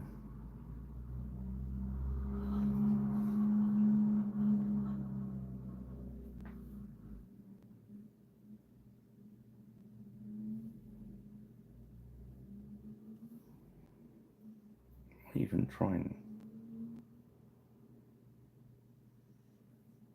grab some 15mm. They've got 10mm as well. There's definitely a different style of painting them quick.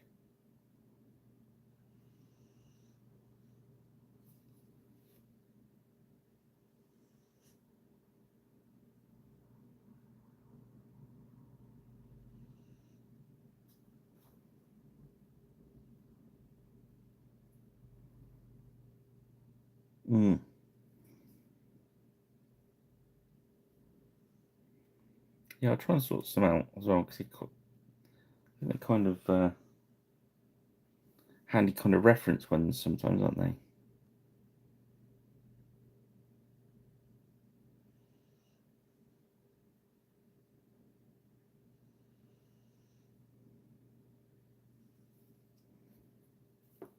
And these live Paintalong ones are also a very, I think they're only helpful if people ask, if new people come and ask questions. Otherwise, I'm just repeating the same process over again, which is quite handy, and it's nice to touch base with everyone. If someone wants to come to the channel to see how to paint eyeballs, I don't really want to sit through a 2-3 hour video to find it. So I get it. So I can try and diversify. Is that the right way to go about it? I think. Okay, so with that said, let's put some leather work in so we can see where we're going. We can use Brigadine Brown.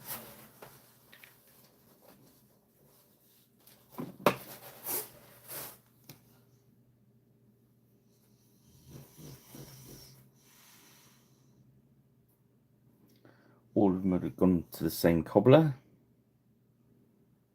All their boots are going to be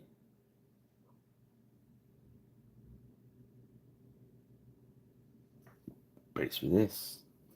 This is where our secret weapon could come in as well.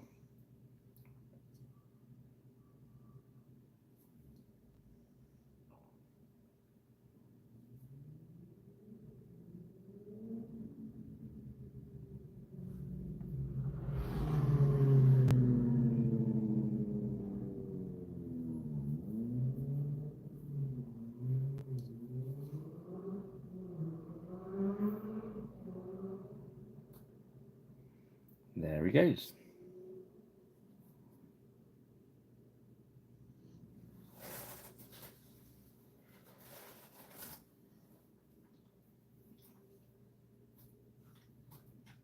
I'm just going to nip around it. Perhaps I should have done this at a separate time. But hey ho. We started, so we're finished.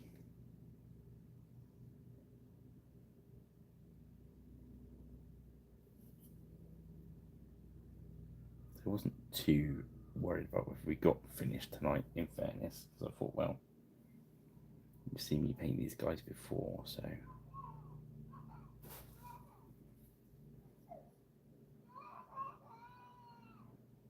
Oh dear. That woke the dog up. He just gets upset when he hears little ones crying.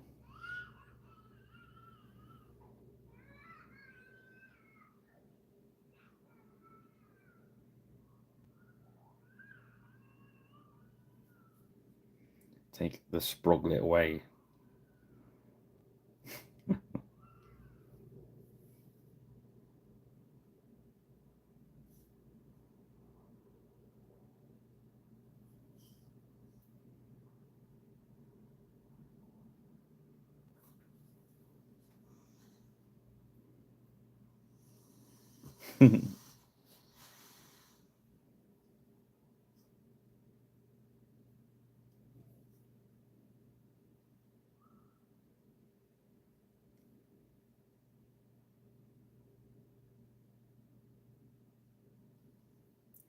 There we go. It starts to break them all up a bit now, doesn't it? Which is what we want.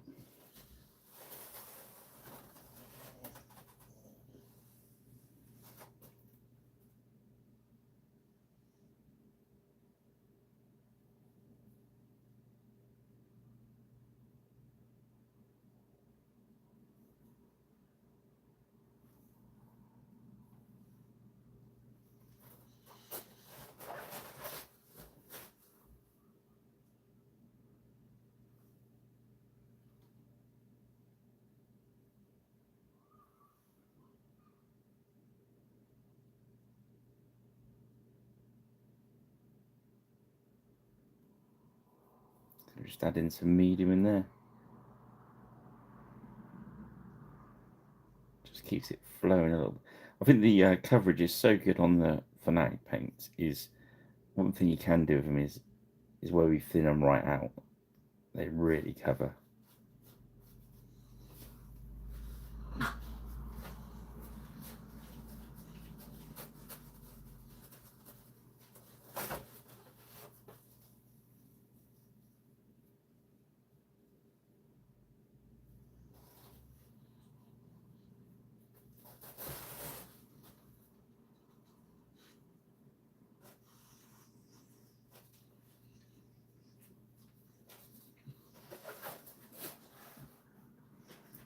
to get that.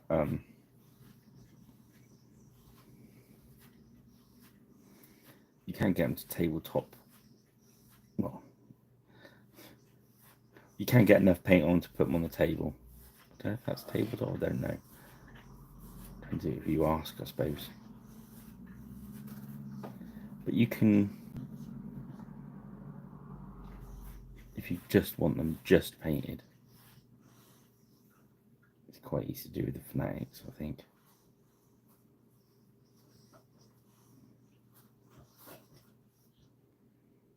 That was our goal when we started the channel, wasn't it? To get the miniatures to a position where they're painted, you can play with them as quick as we can. But I wanted to leave the paint jobs open, so if you want to go back to them at any point and start adding to them, as it were, that's kind of what we're doing, isn't it?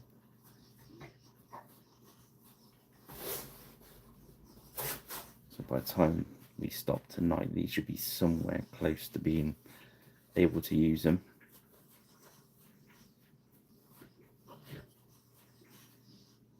No, dog's licking his foot.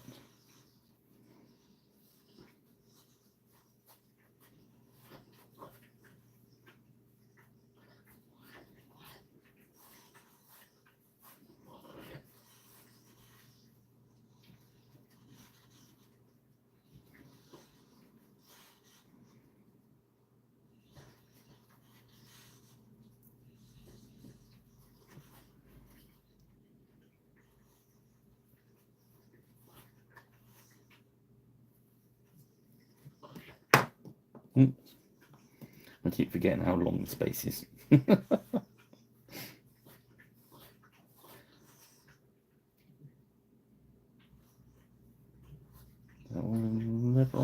Yeah, I think so.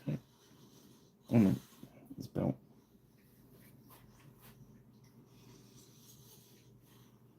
So they're not mega complicated. Got a bit of brown on the blue there. Get used to cleaning up after yourself, because it's like I used to leave stuff like that and sort, and it always takes longer later to sort it out than it is if you sort it out when you go along. You think, oh well, I'll just cover that up with. It works sometimes, but if you get used to working neat, it certainly does speed it all up.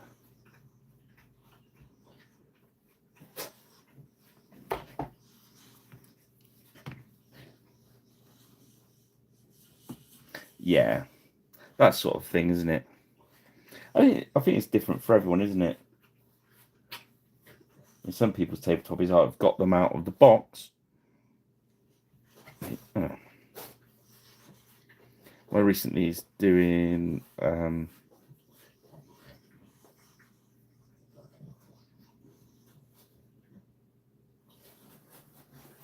was recently doing Aliens, Another Day, Another Glorious Day in the Core.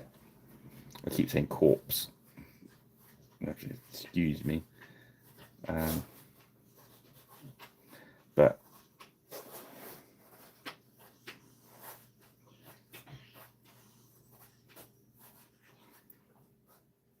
I was watching, because I watched some guys do some.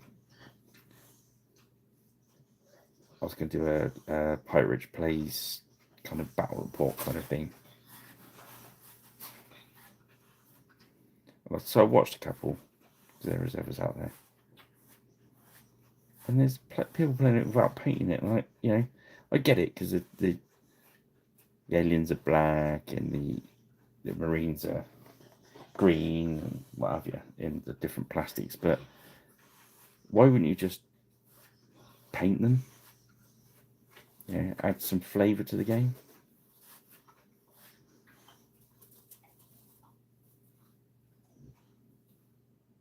I mean, it doesn't take much to paint an alien. Paint it black, dry brush it with a light grey. Your job's done, isn't it? Even the rings, they're all like painted green camo.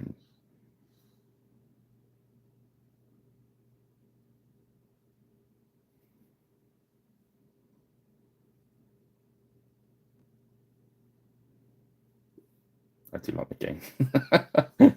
As a joke side, yeah, there will be some play alongs on the Pirate Plays soon. Once I can work out the best way to video it and stuff without having to do too much editing.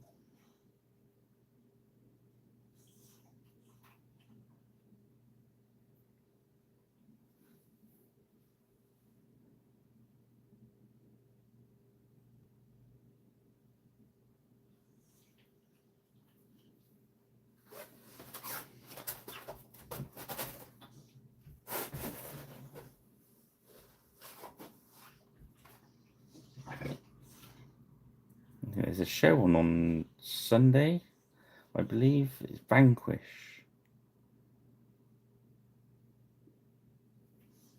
The dog is awake. I'm making grumbly sounds.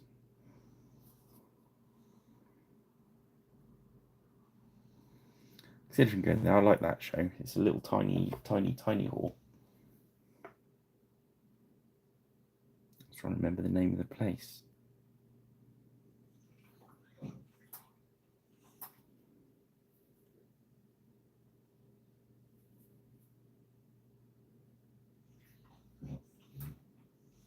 Kind of red. I remember going red in a way, but that sort of direction. A bit further, I think.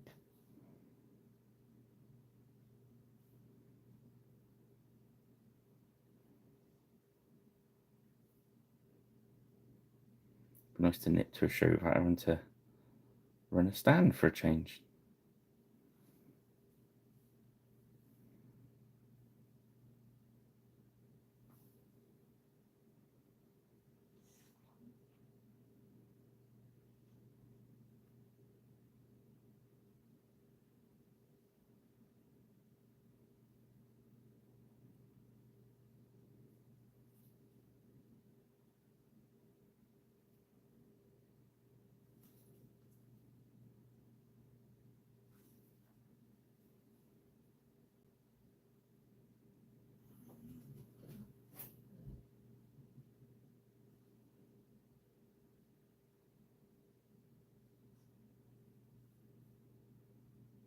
Mm-hmm.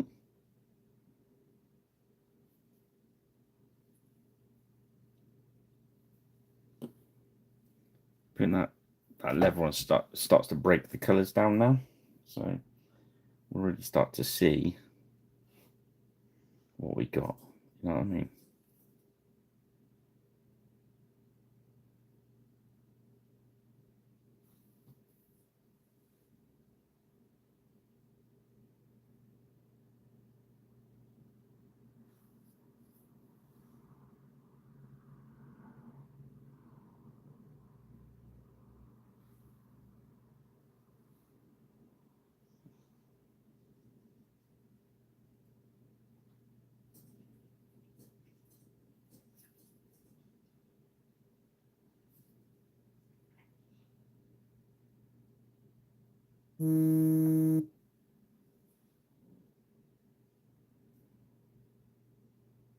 I've switched all the buzziness off on my phone. Really, it didn't buzz the speaker.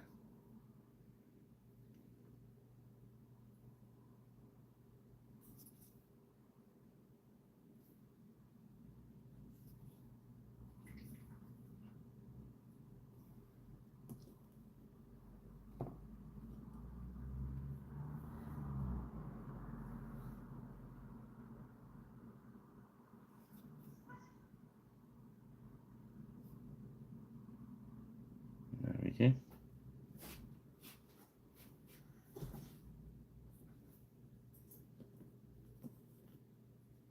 You think, well, we're 2 hours in, that we're quite a long way into the. There's a lot of miniatures there.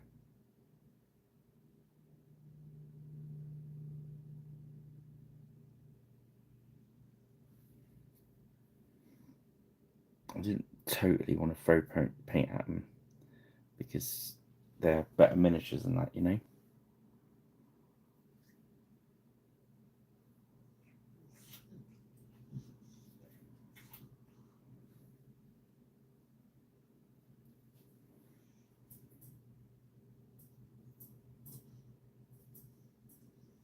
Give it another half hour or so, see how we get on.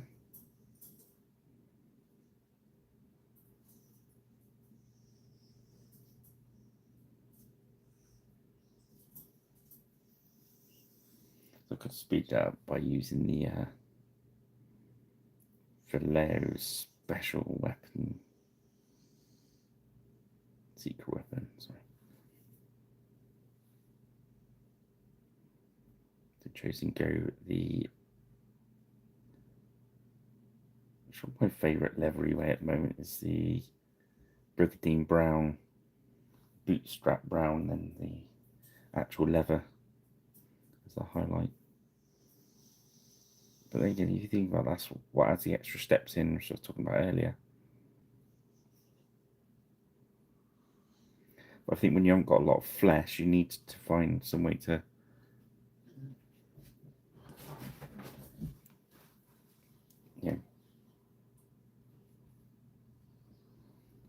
because you can't, I haven't got the flesh to sort of highlight out. I'm sort of setting out for the leather. And good though our secret weapon is, you can't highlight it out like that.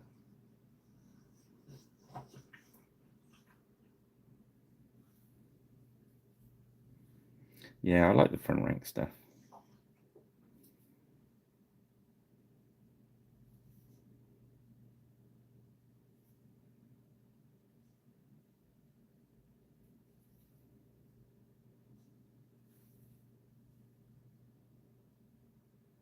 I get the plastic stuff. I was looking at the Baron's War plastic stuff, and it's good.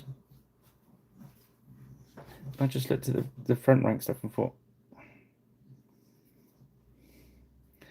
I get the whole plastic thing. I do, honestly do, but I just like the metal miniature, and it's just a preference thing. It's not a.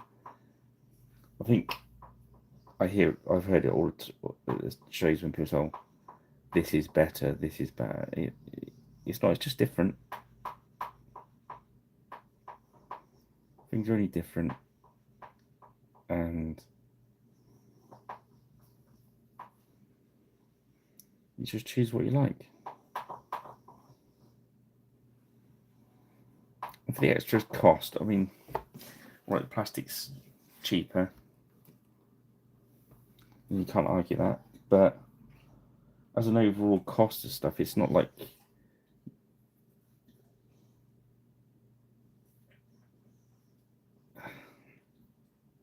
this hobby is good for keeping us out of a pub. So, £5 plus a pint. I'd rather buy a miniature.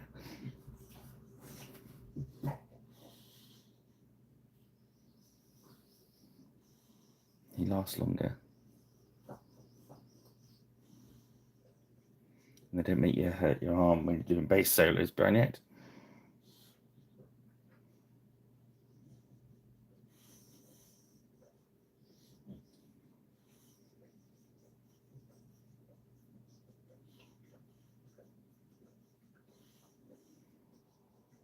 I'm not sure how good a marketing plan that would be.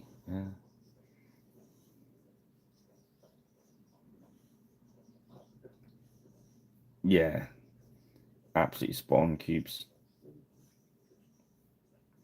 I try. But being a dozy old pirate, I kind of get carried away sometimes. Everything gets a little bit too wordy for me.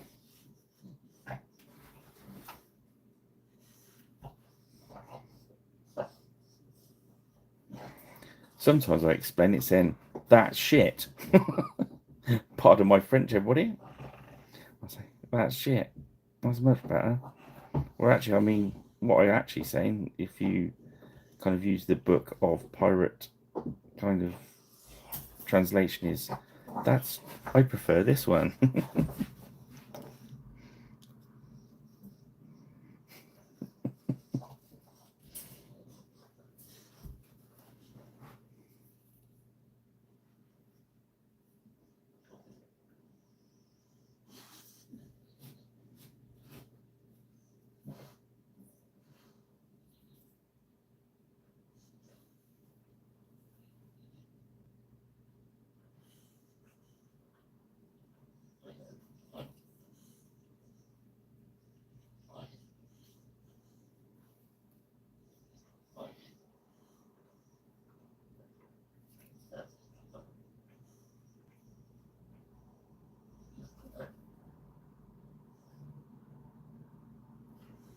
Just keeping this leather nice and neat.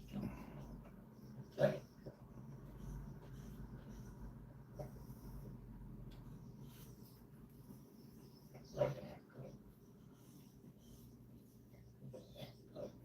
think somebody's got itchy feet. It sounds like there's a large slavering troll behind me.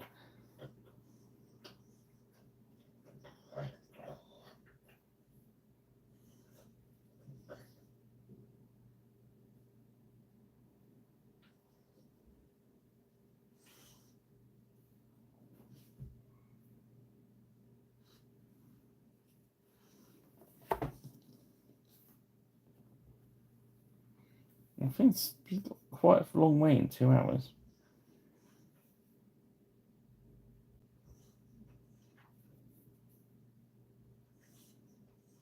We need to. There's another colour we need to maybe put yellow in a sec. Then we need to do the washes. Then we need to highlight it out. Do stuff like the bows. Yeah, there's still quite a bit to do, but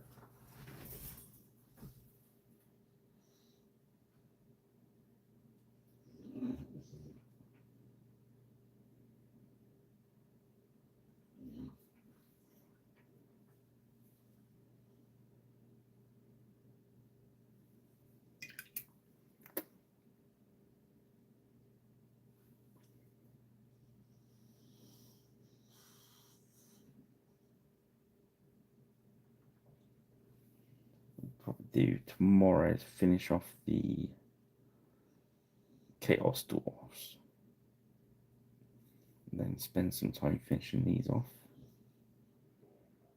Get the pictures for the Facebook on that.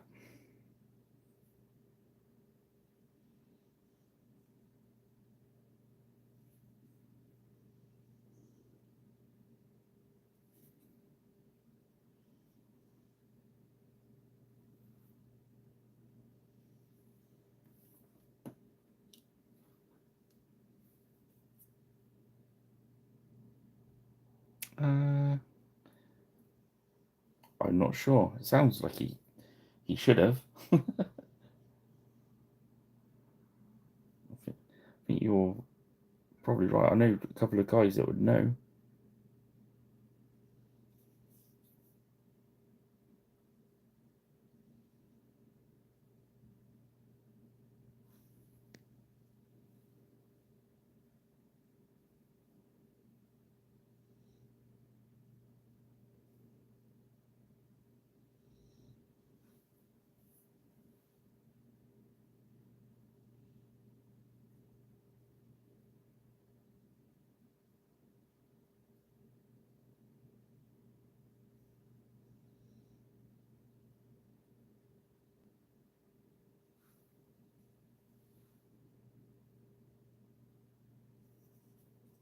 Surprised Rich hasn't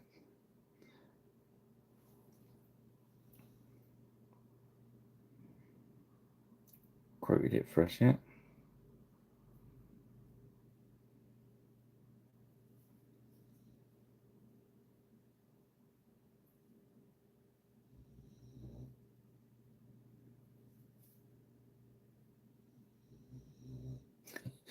He's got that obviously tired him out, so he's gonna have another snore.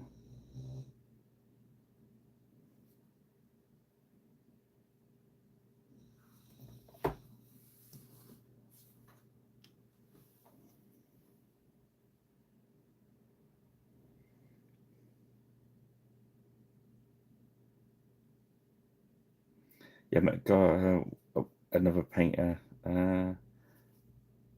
Mystic Spirals. He does a lot of painting for Bad Squid owner Annie, and he's got the cutest dog, and it was really well behaved, which was nice. I met at the show, and I was thinking, someone suggested, oh, well, you should bring your dog to the show.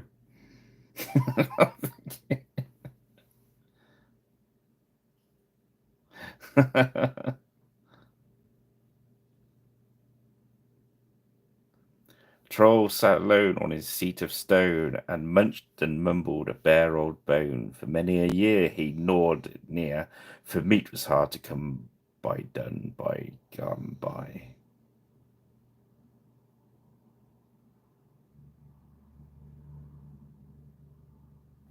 Nice.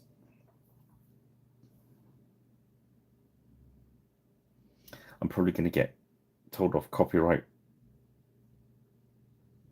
That's not my poem. I just reading it out. Mr. Tolkien's.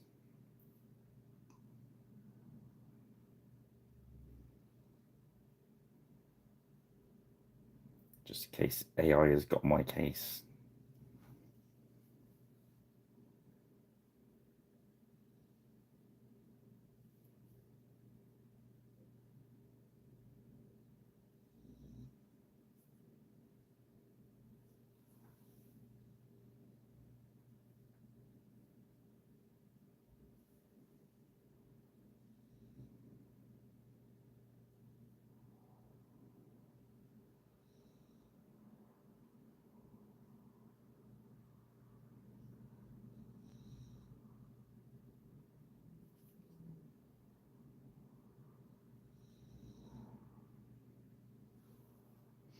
Mm, mm, mm, mm, mm.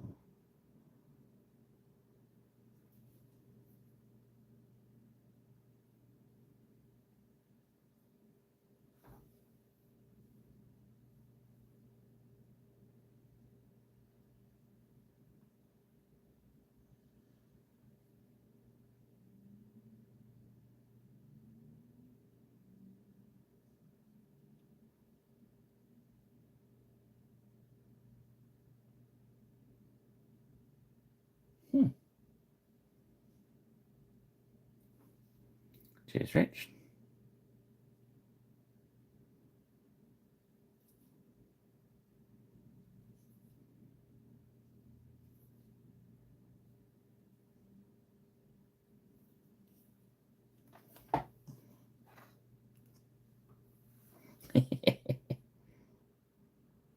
Yeah, I won't read that second bit of information out about Tolkien because obviously, because I've said the T word, now the, the estate would have been informed and be listening for any more of his words. You can't blame him, can you?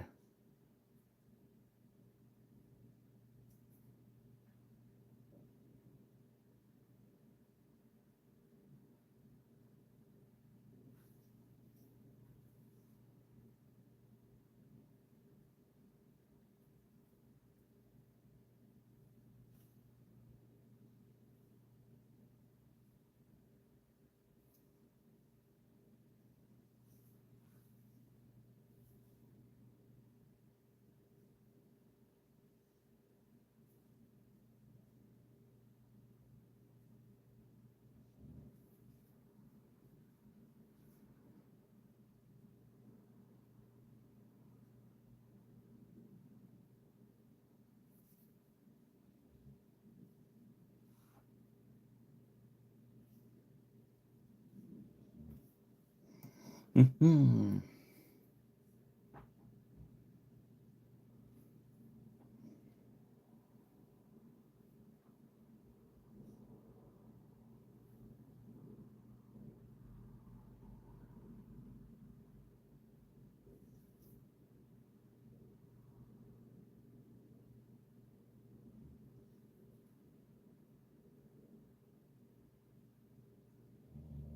I painted the. Do you know that? I showed you guys, didn't I? I found an old Celtic alternative armies miniature chariot.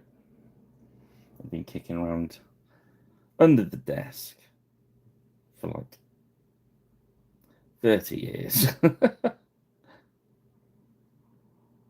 And I put it up on X, and Alternative Army saw it and said, could they add it to their next blog?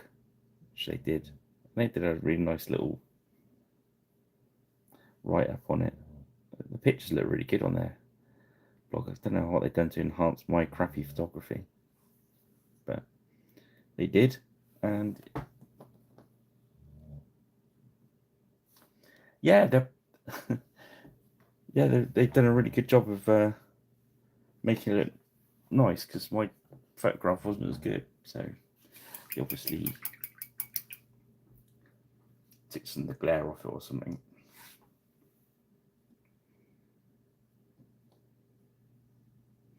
Right, so what should we do now? Let's sort out the flesh warrior. Let's go for agate skin, which is the next one up.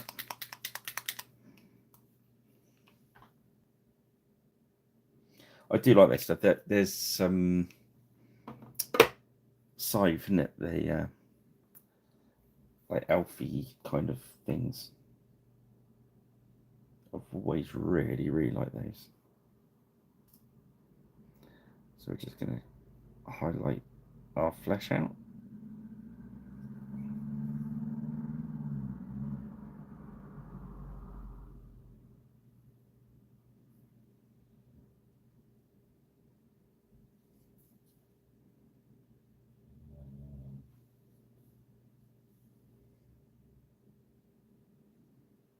So because you've gone quite dark, quite heavy with the speed paint, we could have done this with the moonstone, which was the original colour, but I thought, hey,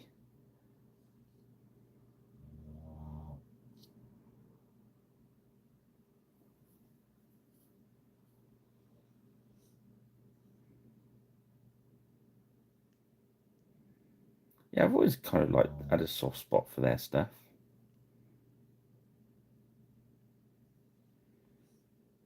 Like Fomorians, isn't it? Is it Fomorians? Or Fomorians, isn't it?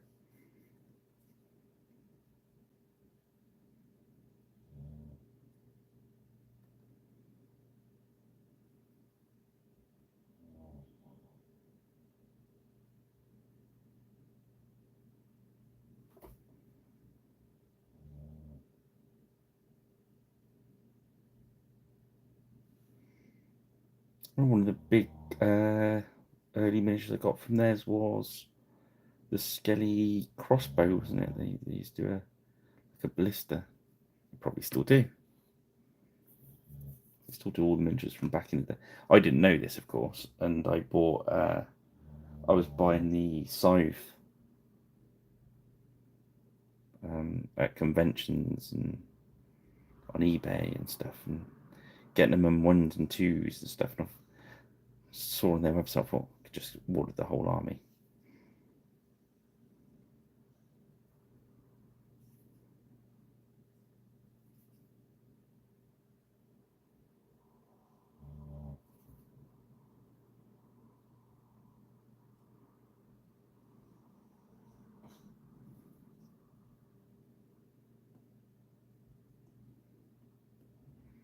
Yeah, they've just got the Celtic feel. They're in Scotland, though, aren't they? I believe.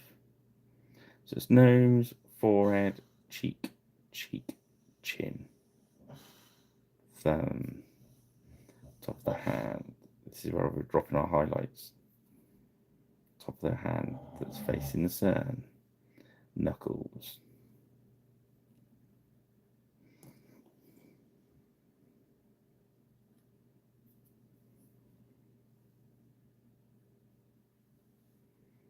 So nose, forehead, cheekbones, chin, thumb,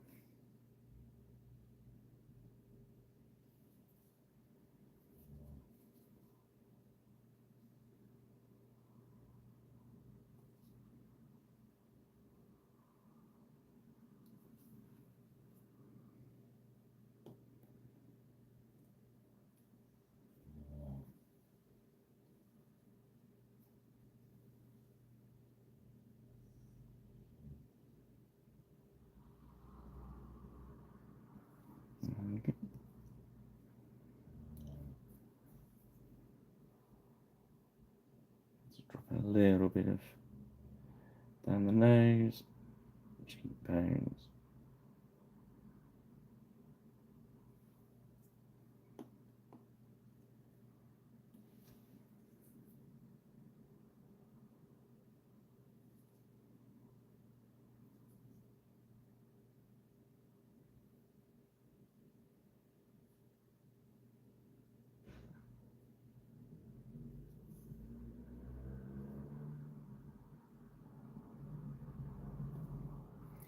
Just keep them same highlights going. So it's nose, forehead, cheek, chin. We can always tidy it up at the end when we go around with some washes.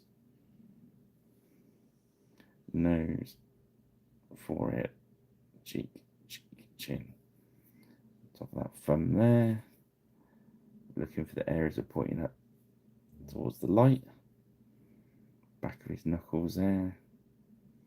Top of his thumb. Leave the rest.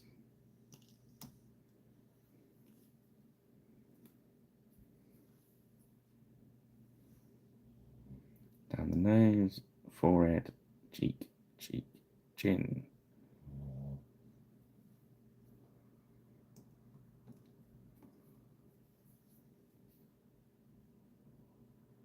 Forehead first there for a change. And the top of his hand's going to catch on light now, so got to pick these fingers out.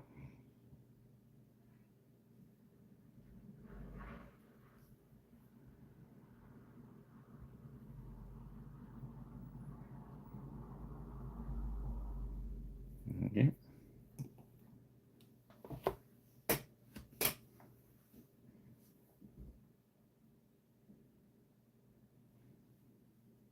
Nose. Yeah, sort of talking to old manufacturers. Saw last week Ratham shut its doors. I didn't know they'd merged with another company, and yeah, the shop for the final time.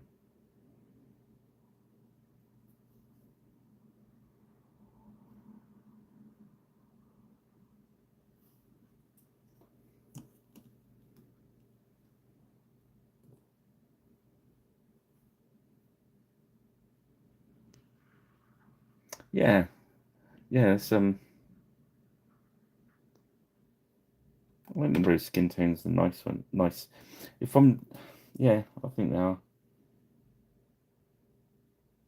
They work well. So nose, cheekbones, lips, thumb, top of the hand, back of the knuckles, top of the knuckles there, his thumb, maybe his, there we go. There's the flesh highlight out.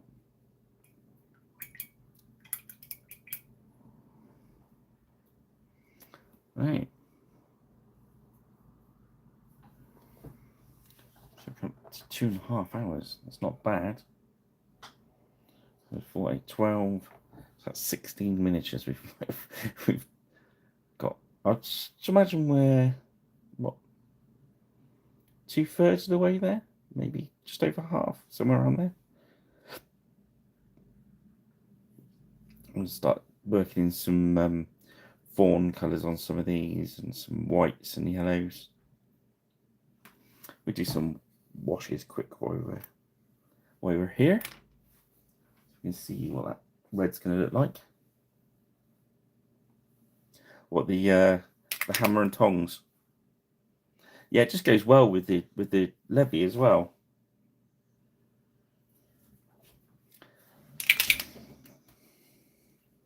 It's a great little set. I mean, it's £7 on the, but I think it's still £7. I've had that a while, so it might have gone up a little bit because I know the lead went up. So double check on it. It's in the front rank. Says MPK8. It was £7, but So it may have gone up a little bit. So no, I've had it here waiting for a little while to get to. So this is just our plain red wash. I'm just going to dump that over. This is over the resplendent red, which is the orangey one.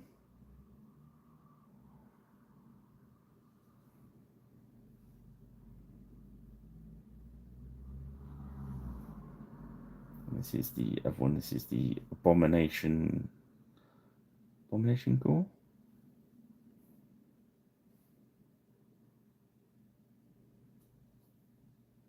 So what I'm going to do with these guys is basically do a nice wash and then highlight the wash out and call them done. So they're not going to be kind of laid out, you know.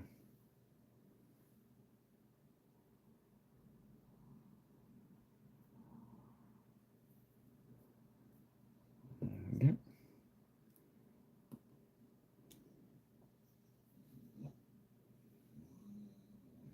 When I'm going through their stock and stuff, I try and pick out the interesting stuff. We've not kind of got round to it. That's why on the website they put Pirate Plunder. So the idea was I go through and find all this weird hidden stuff, and I still want to do it because I think that the website's really, and I understand now after doing my own that even with a little bit of stock, it's hard to make it really easy for people to find everything that's on your website. And I mode to the Beastie Boys that there's so much of their nice miniatures, a bit like that one, that you won't come across unless you look for it. So if you know it's there, you can find it. So now I've given you the code, you can go and find it. But if you were just browsing, you'd never come across it. So the idea of the pirate one, which I will get around to doing as everything, is I'm going to try and find those miniatures and paint them on video and show them to you guys, and maybe persuade them to do little discounts on little sets if I can. So people can paint along.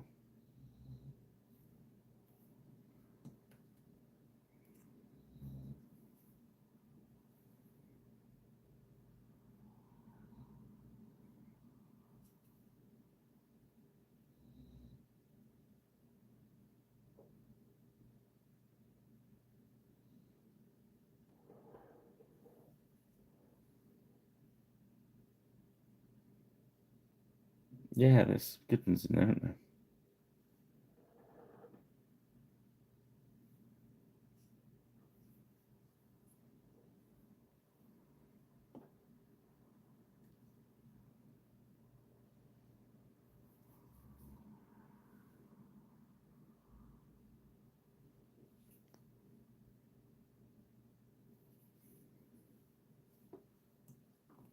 Yeah. I will get round to it though, Cubes. I promise. I will get there. I floated the idea to him a while back, so it's only a case of me getting round to it, if you know what I mean.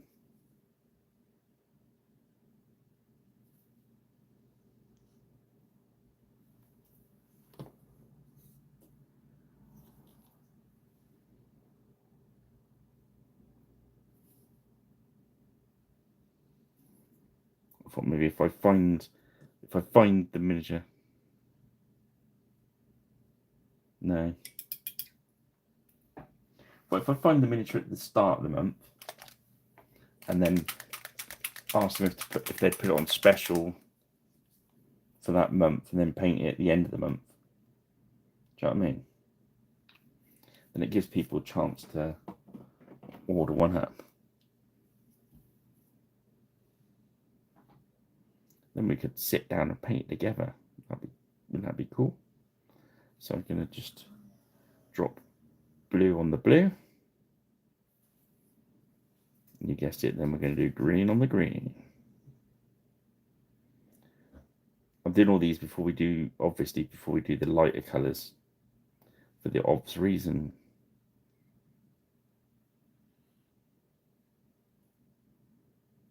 Yes, that's right. That's why we're doing it.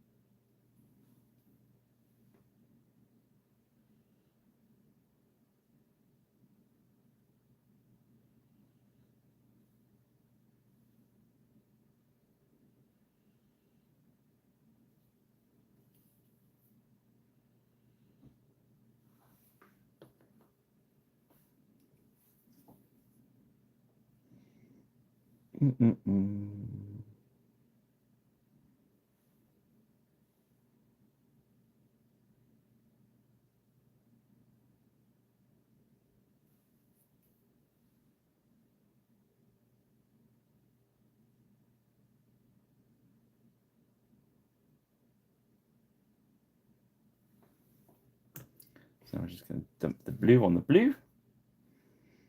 Get some washes on there. They can be nicely dried.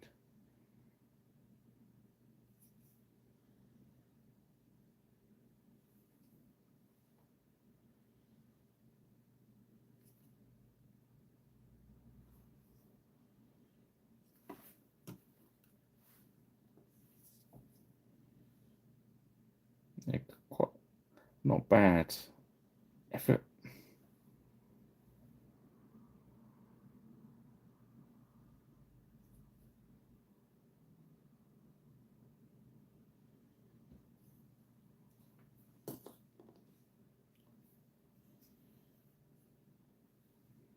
I didn't expect to get them all finished tonight anyway.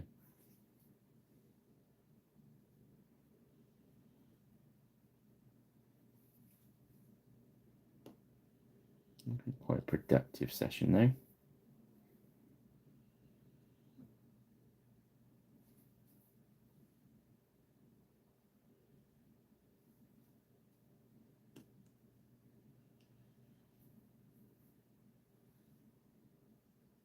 If I get a chance to, whilst I'm finishing them, I might just chuck the camera back on. See how it goes on time. Over the weekend, if I get the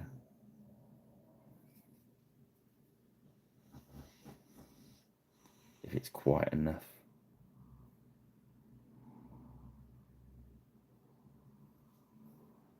Maybe check the camera on while I finish them. So if you're subscribed and you got your notification bell clicked on and you get a ping, don't panic, it's only me. And I've decided to finish these off on camera.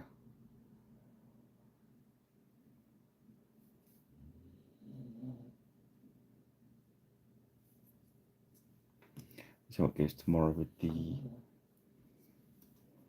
dwarfs. If they don't take too long, maybe do it tomorrow.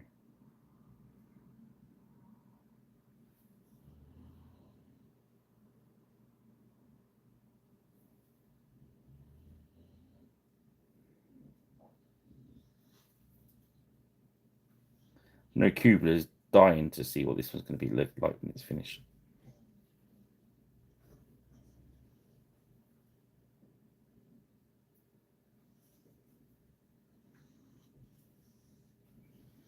But you're right, Kubler, there's a good little set in it.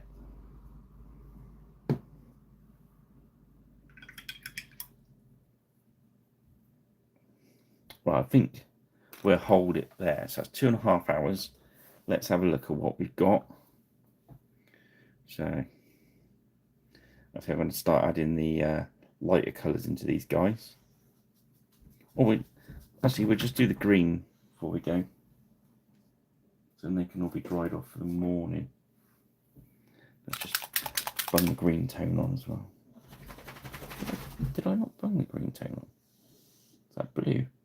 That's blue. Blimey. Let's get another pot for the green.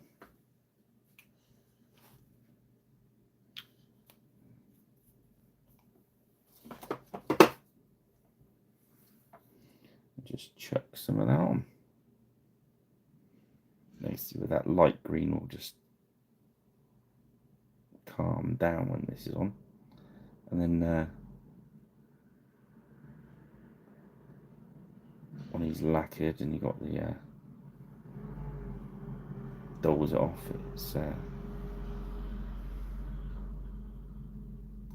it will settle down nicely.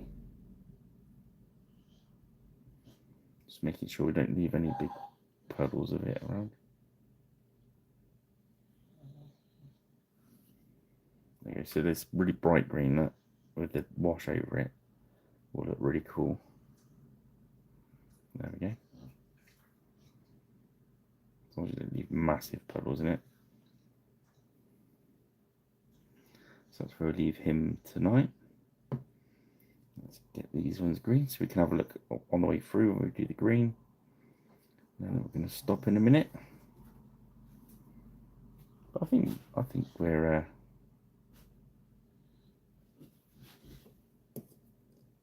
at the back of these, I think.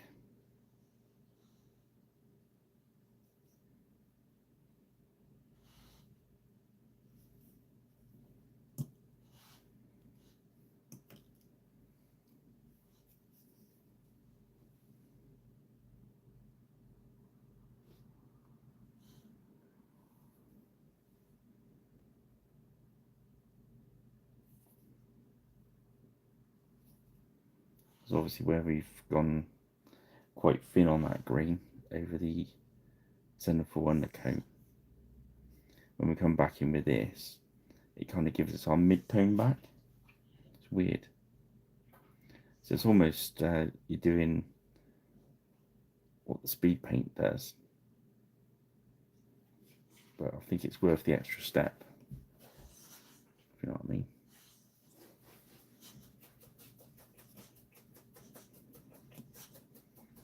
The dog's decided it's going to wake up.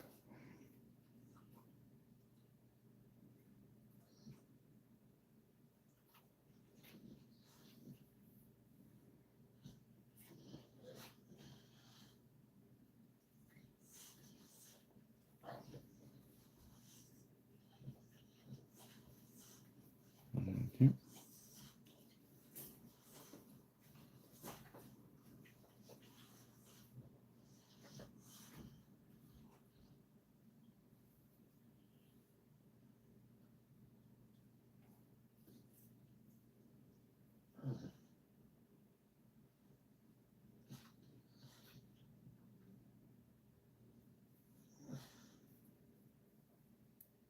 I think they're going to look posh.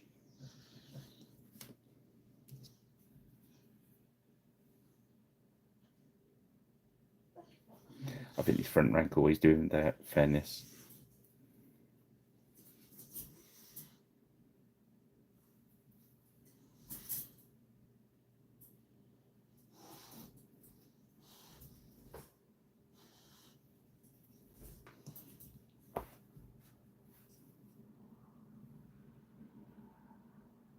Nice bright green there. So you can have the confidence of using these bright colours, knowing that you can always tone them down a bit.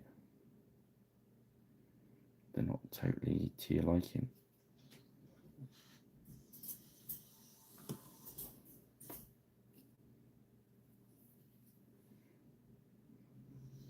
And we're going to bring some brighter colours in on the next session. These anyway, we have some whites, and creams, and yellows. And obviously got the wood to do as well. And the eyeballs. So fair bit to do, but I'm not scared. The dog's making funny sounds. There we go. And that is where we'll leave that for tonight. That's 2 hours 44 minutes. Nice. Well, thank you for joining me, guys. My apologies that I didn't finish them all. Yeah, I'll do my best to get the camera back on when I'm finishing them up. And then, yeah, I'm quite happy with what we've got achieved in that time, I think. So yeah, so I'll leave it there. Might see you again over the weekend. If not, have a great weekend. And if you're watching this and you're not subscribed, and hit the notification bell and stuff, if you do that and I go live again, you'll see part 2. If I just do it off on randomness, which I'm likely to do. The dog's trying to tell me he wants to go to the park, so it's time to end the video. Have a good weekend, guys. Cheerio.